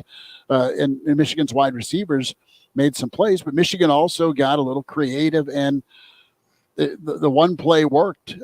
Tommy Hill bit. Tommy Hill got burnt. Tommy Hill recovered and made a play.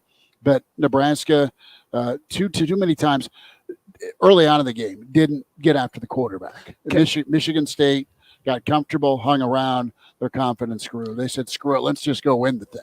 I'm not sure today was an effort issue, despite what everyone said. I have 2 questions to pose to you guys. I'm going to ask. Watching it, it didn't look like their effort was bad. Like the worst effort I've ever seen in my life was the first half of the Minnesota game in 2021. Yeah. Well, let me ask you this question.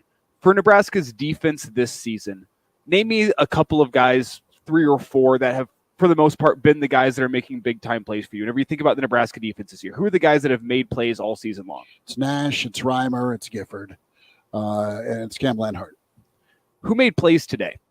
Did Nash make plays today out in the football field? He was pretty quiet. He and Robinson were quiet. Gifford had 1 tackle for loss. I think I can remember off the top of my head. Didn't make enough plays to go win a football game. Cam Lenhart had 1 drive where he was making some good plays. I mean, just go through the defense. The guys that have made plays for you all year long did not make plays for you today. Luke Reimer didn't look like the same Luke Reimer that we've come to know over the past 2 seasons. Nash Hutmacher wasn't making wasn't stuffing runs up the middle like we usually expect him to, wasn't getting lateral. Ty Robinson, he had good what do you want to call it? Good bull rushes in the backfield, but he wasn't getting off blocks and making plays. Your secondary, the guys that are making plays for you this season, Tommy Hill, Quentin Newsome, Omar Brown, not making plays for you today. Hartzog played well.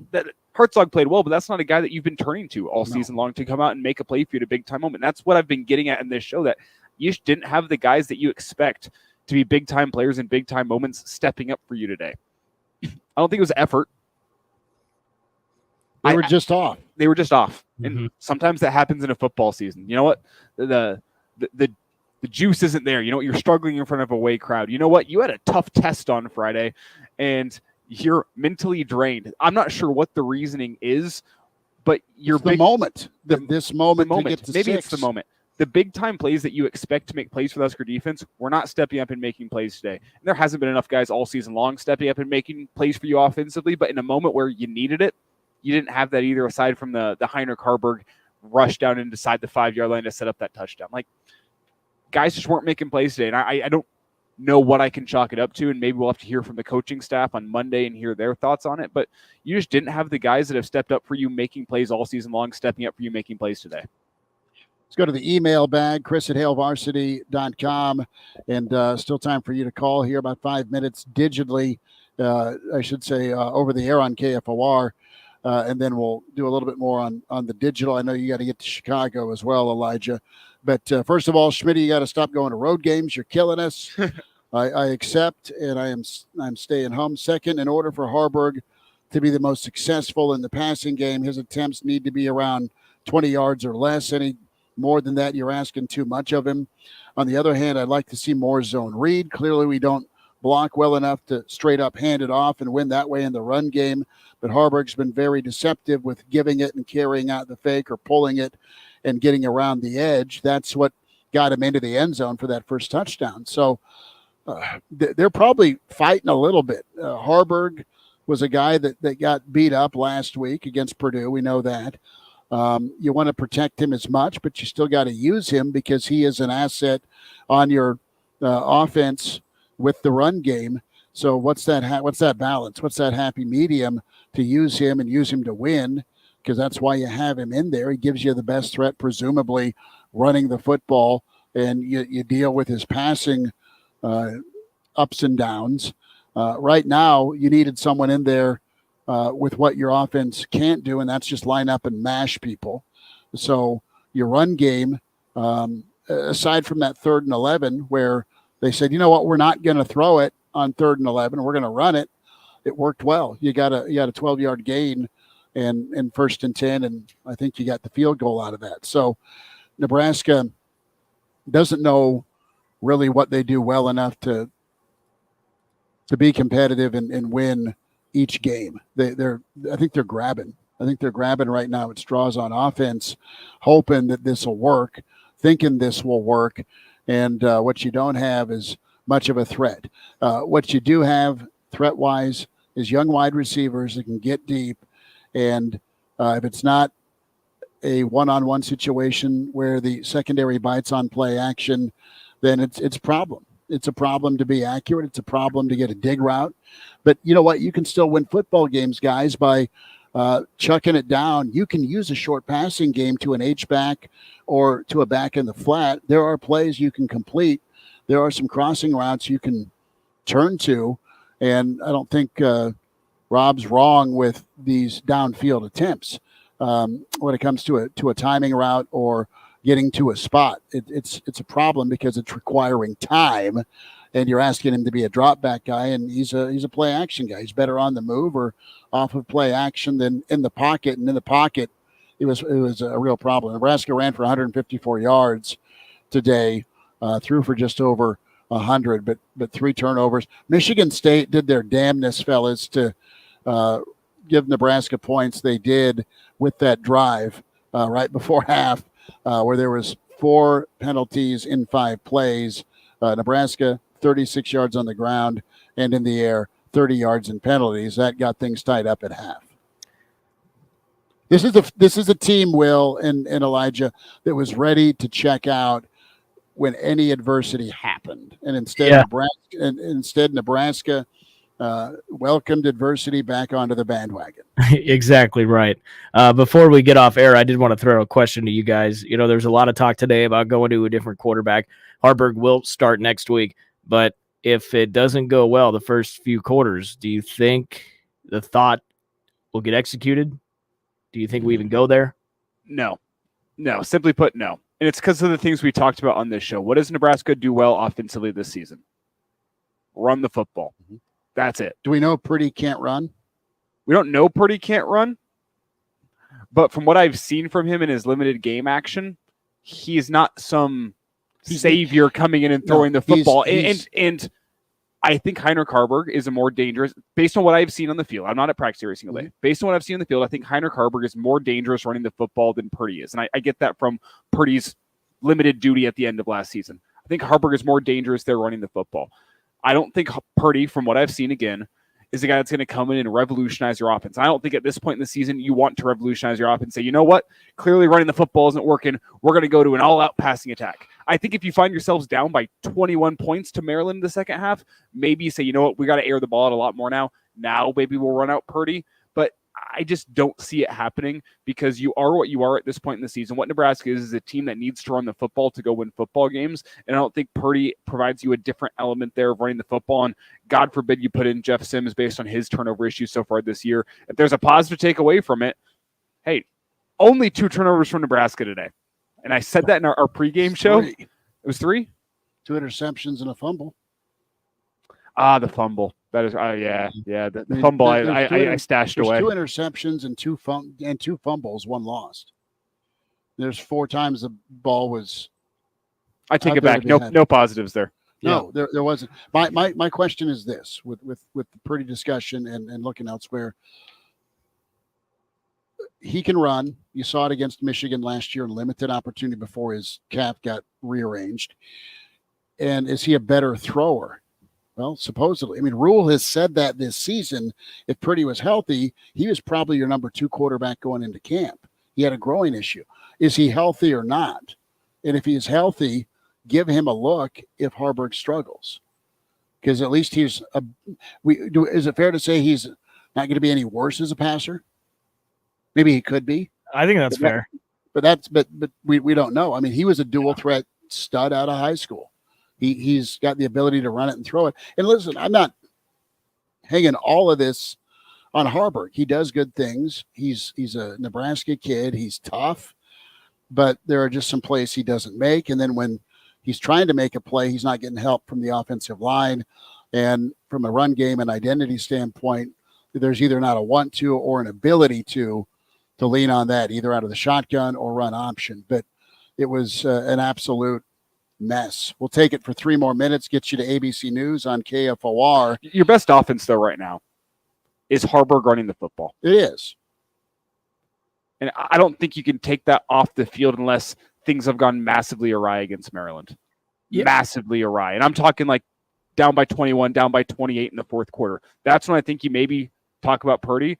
But I'm not going to take the guy off the field that, despite the turnovers, has been your best offensive threat for the majority of the season. He's 5-2. Let's not forget that. He's 5-2 as a starting quarterback. He's gotten you here. You're just limited in what you are right now. You got to go to the portal. You got to bring in talent. But for now, you are what you are offensively. You have to live with Harburg's errors because he is your best offense as well. He's your worst enemy offensively, but he's also your greatest asset. And it sucks to say because he's not great as your greatest asset. But who else on the offense is a greater asset than Heinrich Harburg? I need to look elsewhere. I mean, I'm at that point right now. Fumbles, turnovers, indecision, limited ability against Illinois. 2 picks in 3 drives, Northwestern. And then last week with the turnover fest and just getting drilled, not being able to get down. And again, there needs to be a serious talk in the quarterback room today, this week, and tighten up, or else you got to go to the bullpen. It could be a mistake. What flipped this season was a Sunday night practice and then a goal line stand against Illinois.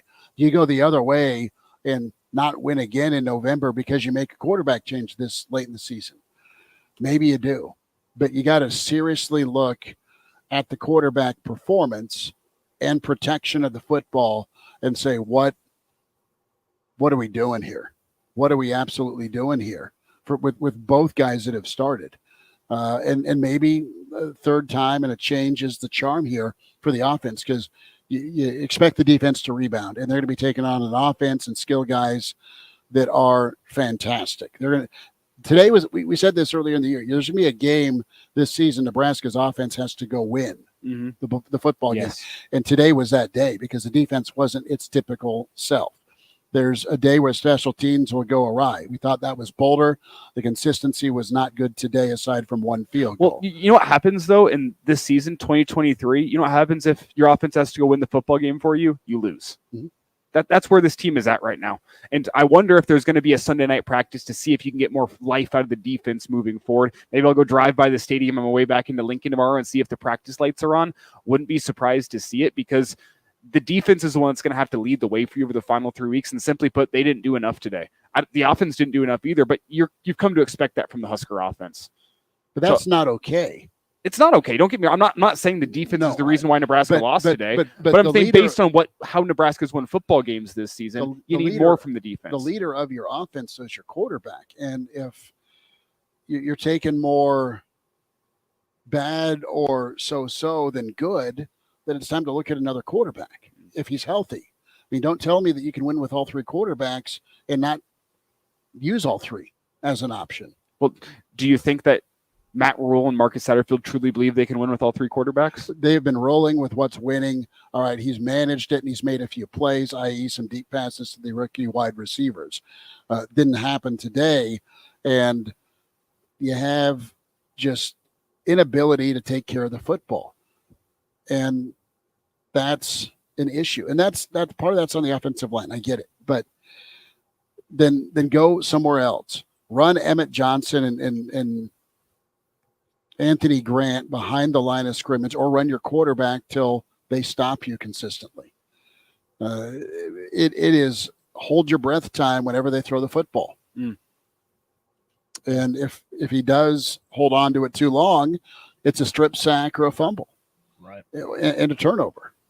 We'll step away on KFOR, get you to national programming. Hang with us for a little bit longer, if you like, on the Real Red Reaction. It's powered by your friends at Lazari's. Big thanks to Lazari's for helping make this road trip happen, along with your friends at Sauter Heyman, and can watch the show and stream us as we'll switch that direction on the Real Red YouTube page and the Hail Varsity Radio YouTube page. And Will, for your information here, no break for us. We're going to send it to KFOR, back to regular programming. Actually, we can go another 45 seconds here and send it to local news. Okay. But we will not step aside. So KFOR will step aside. We'll keep rolling here online. No break for us. We don't need a break. Well, we do, but not in terms of this content. I need a break from watching Husker football.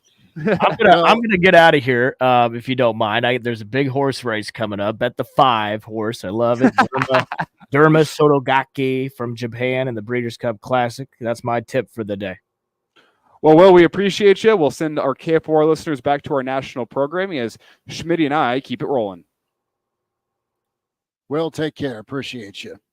Schmitty, you and I keep it rolling here with the Real Red Reaction show. If you'd like to keep it rolling with us, that means no more open phone lines for you, but you can hop in the comment section. That's the Hail Varsity YouTube page, the Real Red Reaction YouTube page, Hail Varsity Radio on Twitter, or both KFOR on Twitter and on Facebook. Schmitty. Northwestern and Iowa, 0 points, 10 punts, 11 first downs. That's hilarious. God, the fans at Wrigley are having themselves a hell of an afternoon. They are I believe it. Running for the hills, i.e. Murphy's Bar, is what they're doing. Schmitty, the question that I want to finish this show off with here is I mean, we've discussed it in a roundabout way here with the quarterbacks, but where does Nebraska go from here? Well, and that's what's a little scary if you're a Nebraska fan, because can you come out at home and get that 6th win against Maryland? Sure. This was winnable. This was a team ready to quit. Maryland also is in that same boat. Whenever they face adversity, they like to check out. I'm checking the Maryland and Penn State score right now. That's a rivalry game for them. But these are based on what you've done this season on the road and at home in gutted out, grinded out victories. Okay. There's no reason you go on the road against Illinois and find a way that way, win by double digits, and then come here to a team that's ready to check out and just be worse on offense, or the same, I should say, on offense with turnovers. I mean, it's mind-blowing how bad this offense is at taking care of the football. And it's fundamentals. And I know these guys practice. I know they hit. I know they prepare. I know their intentions are great. But at some point, you got to fix it, or you move on and find somebody else who's going to do the job. And that's the problem, Schmitty, is at this point, it's fair to say this offense is just bad. Oh, they're just bad. For sure. And have you reached the point in the season with the injuries that you've seen where there's just nobody else you can turn to? There's nobody else you feel comfortable turning to? I mean, there's the element of seeing it on the field, but if you see it every single day at practice, is there a point to putting that on the field? Because you're very limited in what you do. Do you just need to go to the guys that are getting the first team reps every single day at practice because you feel like that's the best chance? Or is that on the flip side, limiting what you can do offensively because you're not turning to the guys that are a little further down the depth chart? I don't know which side of it is do you need to turn to the guys that are further down the depth chart to give them an opportunity and see what they got? Or do you see them enough at practice every single day that you say, you know what, we can't trust these guys in a game situation, so we have to roll with what we have right now, which is Harburg and turnovers. It's offensive line and miscues. It's freshman wide receivers that are inexperienced and are dropping balls at inopportune times. I don't know which side of that coin I'm on, but all I know is this Husker offense is bad, and something tells me it's going to take an offseason of development, an offseason of hitting the portal, an offseason of getting new freshmen in the boat to fix anything with this offense. Well, you've turned to other guys all season long. If someone's flashed on special teams, look at Bayer, right? Defense. Yeah, but you've done it on one side of the football. Why aren't you willing to do it on the other side of the football? And you've been forced to do it on the offensive side because of injury on the O-line. And the O-line wasn't great today. But if you got to line up in Wildcat to hold the football and get yards, then do it. If you got to call 37 quarterback run and option plays, then do it. Did you not call more option plays today because you're afraid that, all right, Harburg's been on the ropes because of severe beatings like he's a piñata? Then you got to look at someone else to run it. And listen, man, this sounds like I'm just out to get Harburg. I am not. I think he's got talent. I think he's a fantastic athlete. I think he is a warrior and he's gritty and he does do some good things. But right now, your quarterback doesn't do enough good things. And you're not asking him to go win you the ball game. Don't confuse me. You're asking him to hold on to the football and get rid of it and not take a sack. 2nd and 10 is still better than 2nd and 14. If you're not confident enough in your reads or your scan, because dude, there was guys open and you forced it downfield trying to make a big play versus checking down and taking the right play at times. And listen, I don't have 4 or 5 angry guys in green chasing after me, so you can tell me to shove it and shut up. I get it, but there's at that level. The guy needs to be better.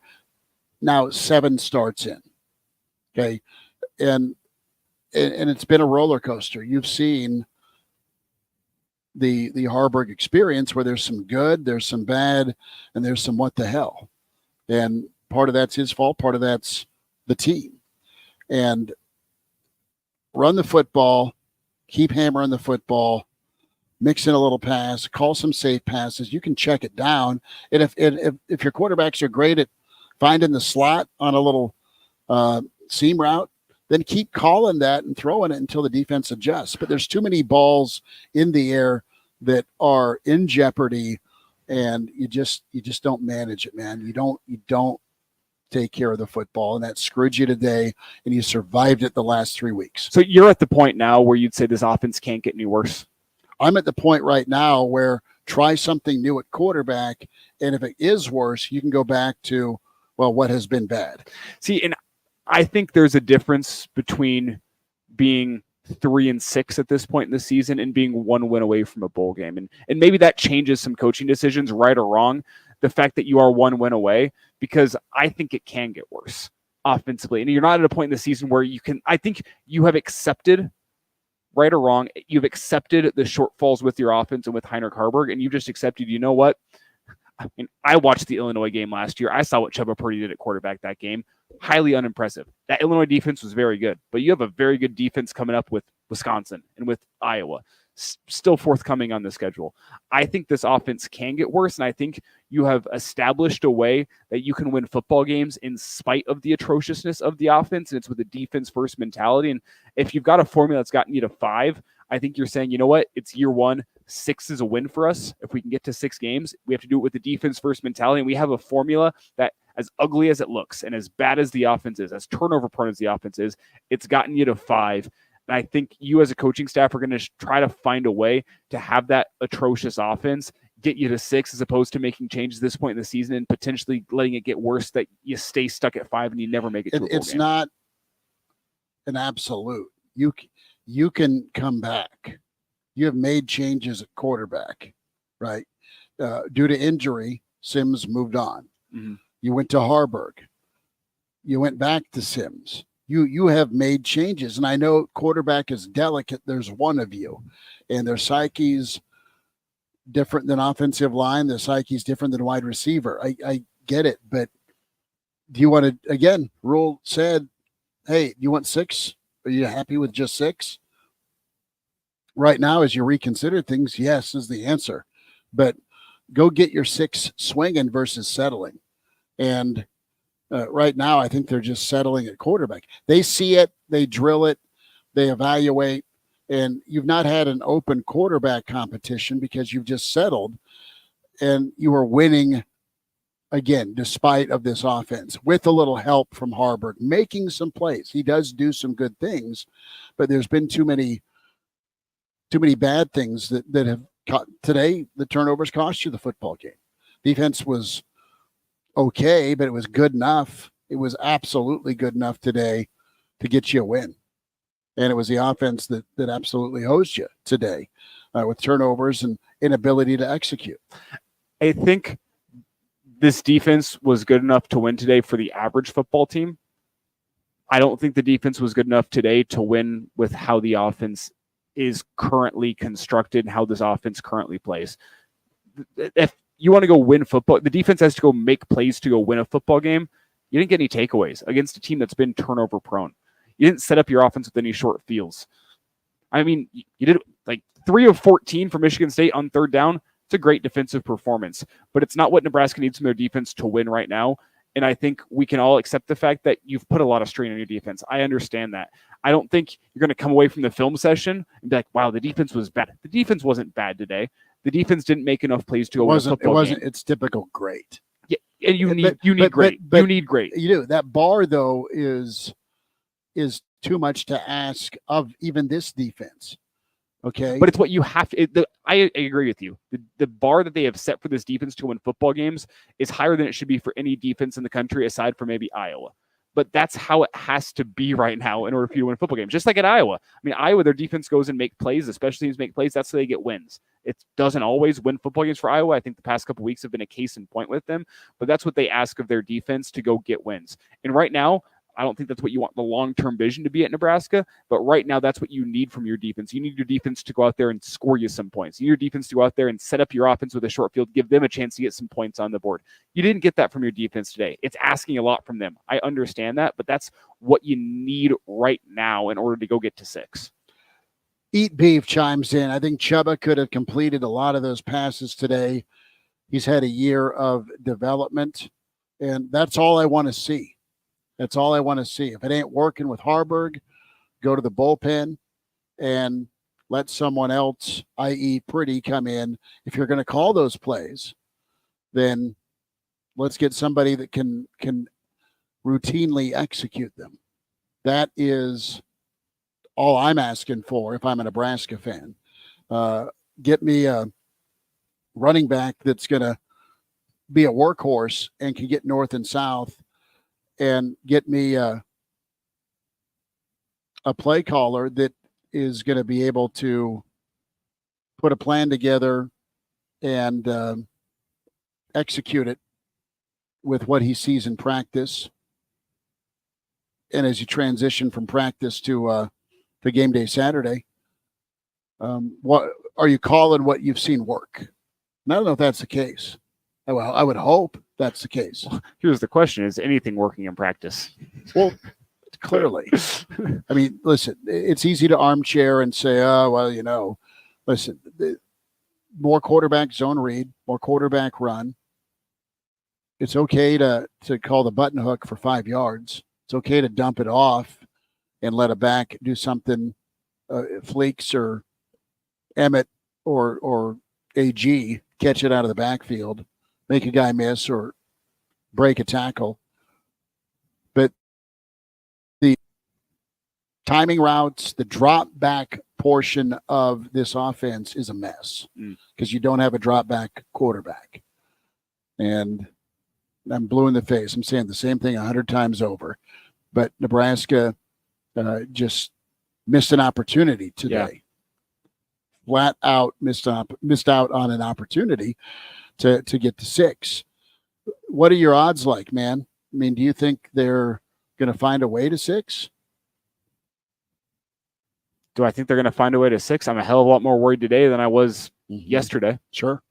Hell of a lot more worried. I don't think the defense is going to be happy with today's performance. I think a lot of teams around the country, if you get a defensive performance like that, a lot of 20 points, 3 or 14 on third down, only 11 total first downs. I think a lot of teams around the country would be happy with that performance.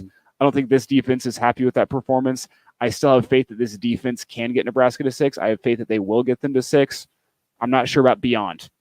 I guess before today, I felt better. I still feel all right. Just some fool's gold with who you beat. We want to be honest, right? I agree with that. The other teams that Nebraska has beaten this year, quite frankly, Nebraska caused some of that with their defense and made some plays on offense. But the other teams, well, sucked more than Nebraska did on offense, and part of that's the defense. But Michigan State's one of those teams, man, that they've got some players, they've got some dudes, and they found a way today. We'll take some more of your comments as we wind it down here. A few more minutes left here. What, 10 more minutes? Yeah, 10 more minutes. Real Red Reaction, sponsored by Currency. And Lazari's powering this road trip as Nebraska falls today in East Lansing, 20-17. This series is always down to a final play, a final moment. Did you have any hope or faith that, all right, Nebraska not once but twice had a crack at it to go tie this ball game, or dare I say go win it? You get the missed field goal at the end where, best case, okay, so they hit it and they're up 6. You go score a touchdown with over 2 minutes left, you win by a point. That's the way the season has gone for Michigan State. If you go pull anyone wearing green today, they were worried about hanging on to win this thing. They finally exercised some demons, but Nebraska had no answer. Roger asks a good question. Does Nebraska have any 4 to 8 yard pass plays? They called some of those. They weren't well blocked, Roger. And when they were blocked, was the pass accurate?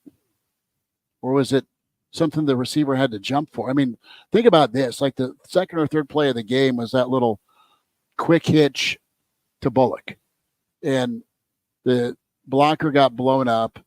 They lose 3 yards, and it's 2nd and 13. Nebraska, too many times, would get something going on the ground, and then they go away from it. That's maddening for the fan base. And if you're the offense and the offensive coordinator, sometimes you just outthink yourself. You overthink. And I think you also have to tip your cap to Michigan State's defense for their game plan. Loading up the box. Sure. Bringing guys just about every single play. Putting their corners out on islands one-on-one and saying, you know what, we'll play with fire. If we get beat deep, we get beat deep. We're not going to let them beat us on the ground. We're not going to let them beat us on short to intermediate passing. And Nebraska did occasionally have some moments where they beat Michigan State on that intermediate to deep passing with Fedoni, with Malachi Coleman, I guess again to Malachi Coleman down the sideline. Another one that should have been a pass interference. Nebraska had opportunities. You had Alex Bullock and you missed him on that arm punt down inside the 5-yard line. Nebraska had opportunities there, but it's a credit to Michigan State. Their defense. You had guys underneath too that you didn't even look at in passing routes. On third down for the most part. And I understand Harburg having vision for the sticks. I understand that. As well as Michigan State was rallying to the football and tackling today. I think you should have to tip your cap to Michigan State for their game plan, personally. I think they understood what Nebraska's offense was. I think they set up a game plan that would take advantage of the weaknesses, and you saw the weaknesses come out today. A lot of weaknesses. Got to fix.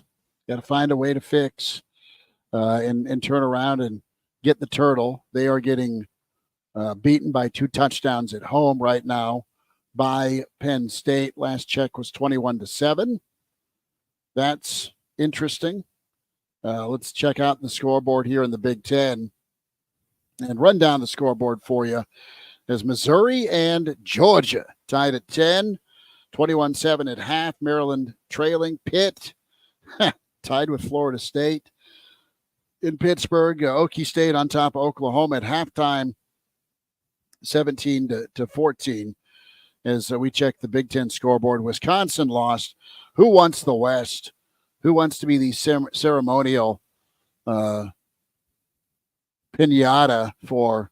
Is it okay still to say Michigan? Yeah, I think so. Yeah, that's interesting this week too, to see what happens. Scoreless, just in case you were wondering, between Northwestern and Iowa in Wrigley. Is that halftime yet? It is halftime. Finals 20-14 with Indiana beating Wisconsin. Again, Wisconsin went on the road, backup quarterback. Stop me if you've heard this before. And they go -2 in the turnover battle in a one-score game. So, I don't know. Nebraska needs to hit the portal, find a quarterback, get a recruit in, and have some more options very soon at quarterback. Agree? Yeah. And you need another year of development for all these young offensive linemen too. Nebraska is what they are offensively right now. They're going to have to grit their way to a 6th win. What'd you think of Nuri today? He came back real quick. I don't think I give anyone a passing grade on the offensive line today. I mean, you couldn't run the ball with the running backs very well. Couldn't run the ball with the quarterbacks very well, aside from broken plays downfield where Heinrich Harburg beat the perimeter, ran for his life, and picked up 40 yards. Like, I don't think I'm going to give anyone on the offensive line a passing grade for that reason. They didn't do great picking up blitzes, didn't get a whole lot of push in the running game. Like, I mean, you want to go grades here to finish the show? Yeah, we'll do that. We can go grades here. Because I want to start with the offensive line and the rushing attack. I give it a D. It's what you need to win the football game. You didn't have enough of it today. How many yards on the ground for Nebraska? 148 and 3.6 per carry. Brother, I'm gonna well, at 148, but what, 50, 60 yards? That was chunk plays from Heinrich Harburg. It's 43. You had one run was 43, and then there's another chunk play as well. Yeah, you had a 43-yard run. You had a 16-yard run by Grant. You had an 11-yard run by Johnson. The 11 and 16 came back to back, and then he started throwing again. Mm-hmm. Harburg was 12 of 28 throwing the football, 2 interceptions. Fedoni got going, 27 yards, 30 for Malachi. Bullocks had a 22-yard catch, and that's it. You had really 4 explosive plays. You flip it over to Michigan State. Hauser's 13 of 20, 165 and a touchdown. You had the Alante Brown. Hey, guys, remember me? 42-yard trick play. And Michigan State's rushing. They did not have a gain of over 9 yards.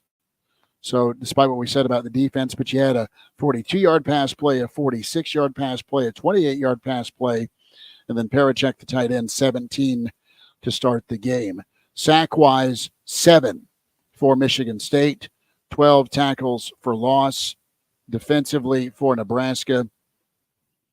When you look at what the defense did, as I get to box score time here, 3 sacks for the Nebraska Blackshirts, 7 TFLs.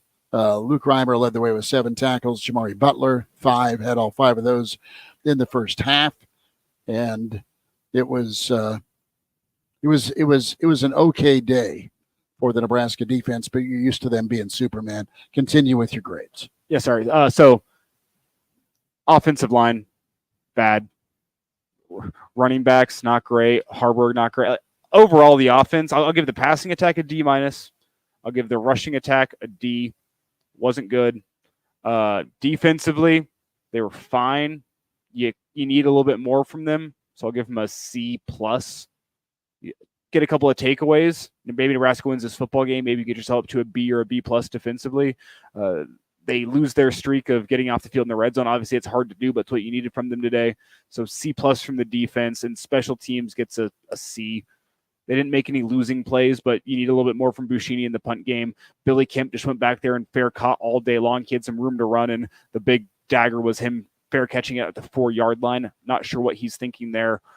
He's played too much football. He's been in college 6 years. Yeah, nobody on this team deserves better than a C+ for that performance today. So defense gets a C+, special teams gets a C, offense overall gets a D-. Like, just not good. Okay, I'm going to be a little bit harsher. Really? Offensive line's a D. Yep. Quarterback's a D-. Mm-hmm. The 43-yard scramble, saves it from an F. Running backs, a C. I mean, you had, I think, 21 carries from the running back. Emmett today. Johnson averaged 4.4 yards per carry. Yeah, so keep going to him. Maybe wide receivers, I'm going to give a C, because I mean I don't think that they blocked well enough on the perimeter. They didn't match Michigan State's physicality on offense. That's a great take. That's a great take. They Michigan State's defense out-physical Nebraska's offense. It's a Mhm. great take, and I wish we didn't get to that 2 hours into the show, but that's a great take. Well, you're just talking about the perimeter, and they got beat up. Defensively, I thought Nebraska, I'll give the D-line a C+. I thought the linebacking core, I thought those guys tackled pretty well all game. Secondary, man, I'm going to give them a D+. They got lit up a little bit with big plays. And they got out-physical on the outside of those Michigan State wide receivers as well. Yeah, no, and special teams, I'm going to give a D-. The only thing that saves it from an F is the field goal. Because the punting, I mean, dude, punting was 34.5 yards. Yeah. Michigan State lived at the 40 or better, it felt like, all day. About 3 times they started at their own 25, and that's when a kickoff happened. From a punt return standpoint, twice that allowed short fields for Michigan State where they scored in the second half. You fair caught inside the 5 or inside the 10. Bad decision. So, yeah, D- for special teams. Overall, this game is a big fat F as Nebraska fails to get it handled on the road. F? Yeah. I don't think it's good. I'm not giving him higher than a C-, but you still have opportunities and a 3-point loss. You had opportunities to go win that football game. You didn't take advantage of those opportunities, at least opportunities to set yourself up and give yourself a better chance to win. So I'm not sure I can go F. Like if it's 20-0 on the scoreboard, I'll go F. But like I think I'm leaning towards like D+ or C- because at the end of the day, it's a 3-point loss. You had opportunities to win that football game. You didn't had a take 2-win football team, a team that had lost 6 in a row. Kind of manhandly on the edge. Yeah. Outplay at quarterback, and won the special teams racket with their punting. And don't get me wrong, they should have been a hell of a lot better than they were today. But I've seen a lot of worse performances over the past 7 years than I saw today. This is probably their worst performance since Michigan. Oh, easily. But it's still a similar performance with the turnover differential. I mean, you put this performance felt a lot like Minnesota, right? And that all happened late. Minnesota happened late. So I think if we talk about getting out physical, then we talk about the moment where you're on the verge of this imaginary finish line to get to 6. That was an issue with Nebraska. Yeah. Can you handle success? No is the answer against a team that's probably as talented as you on paper. Mm-hmm. Elijah Herbal, God love you. Appreciate you. That'll wrap up for Real Red Reaction, brought to you by Currency. Big thanks to Lazari's for helping have us out. Also, our friends at Sauter Heyman. Be sure to tell your friends, podcast, Spotify, iTunes for Hail Varsity. The podcast will be up, Hail Varsity YouTube, Real Red Reaction YouTube, and the Hail Varsity Radio Twitter can rewatch the show. You got Hokie 19, gives the offensive line a D, wide out to C, tight end a B, quarterback a D, and a C- for the running backs, B- for the defense overall. Nebraska, when it comes to the running backs, they weren't killer consistently enough at the blitz pickup. Yeah. That's fair. I need some more time to digest this one. Maybe I'll have some better takes on this when we get there Monday. This is just a game that is frustrating. I think it needs some more time to digest. I'm curious to hear what Matt Rule's going to have to say when he gets up for his Monday presser. But I'll have 11 hours in the car over the next 24 hours to get some digestion done. So get some thoughts up on my Twitter. We'll get some more thoughts for you on Monday. I hope this show wasn't too reactionary on my part, on all of our parts, because clearly a very frustrating day. We've had a lot of frustrating days over the past 7 years, but this was a frustrating one. I'd like to get some more time to digest. Embarrassing is a good word for a lot of people's feelings on this one today. And I don't want to let emotions dictate how I analyze a football game. So I'm going to take all 11 hours of this road trip. You're going to walk away. Do some deep dive. I'm going to walk away. I'm going to digest, and I'll be back on Monday. And I hope you'll join us on Monday on Hail Varsity Radio from 4 to 6 to get our thoughts on this one and begin looking ahead to Maryland. All right, we'll get ready for the Turtle. Nebraska trying to get to 6. We'll talk to you next time with Hail Varsity. And thanks for tuning in to Real Red Reaction.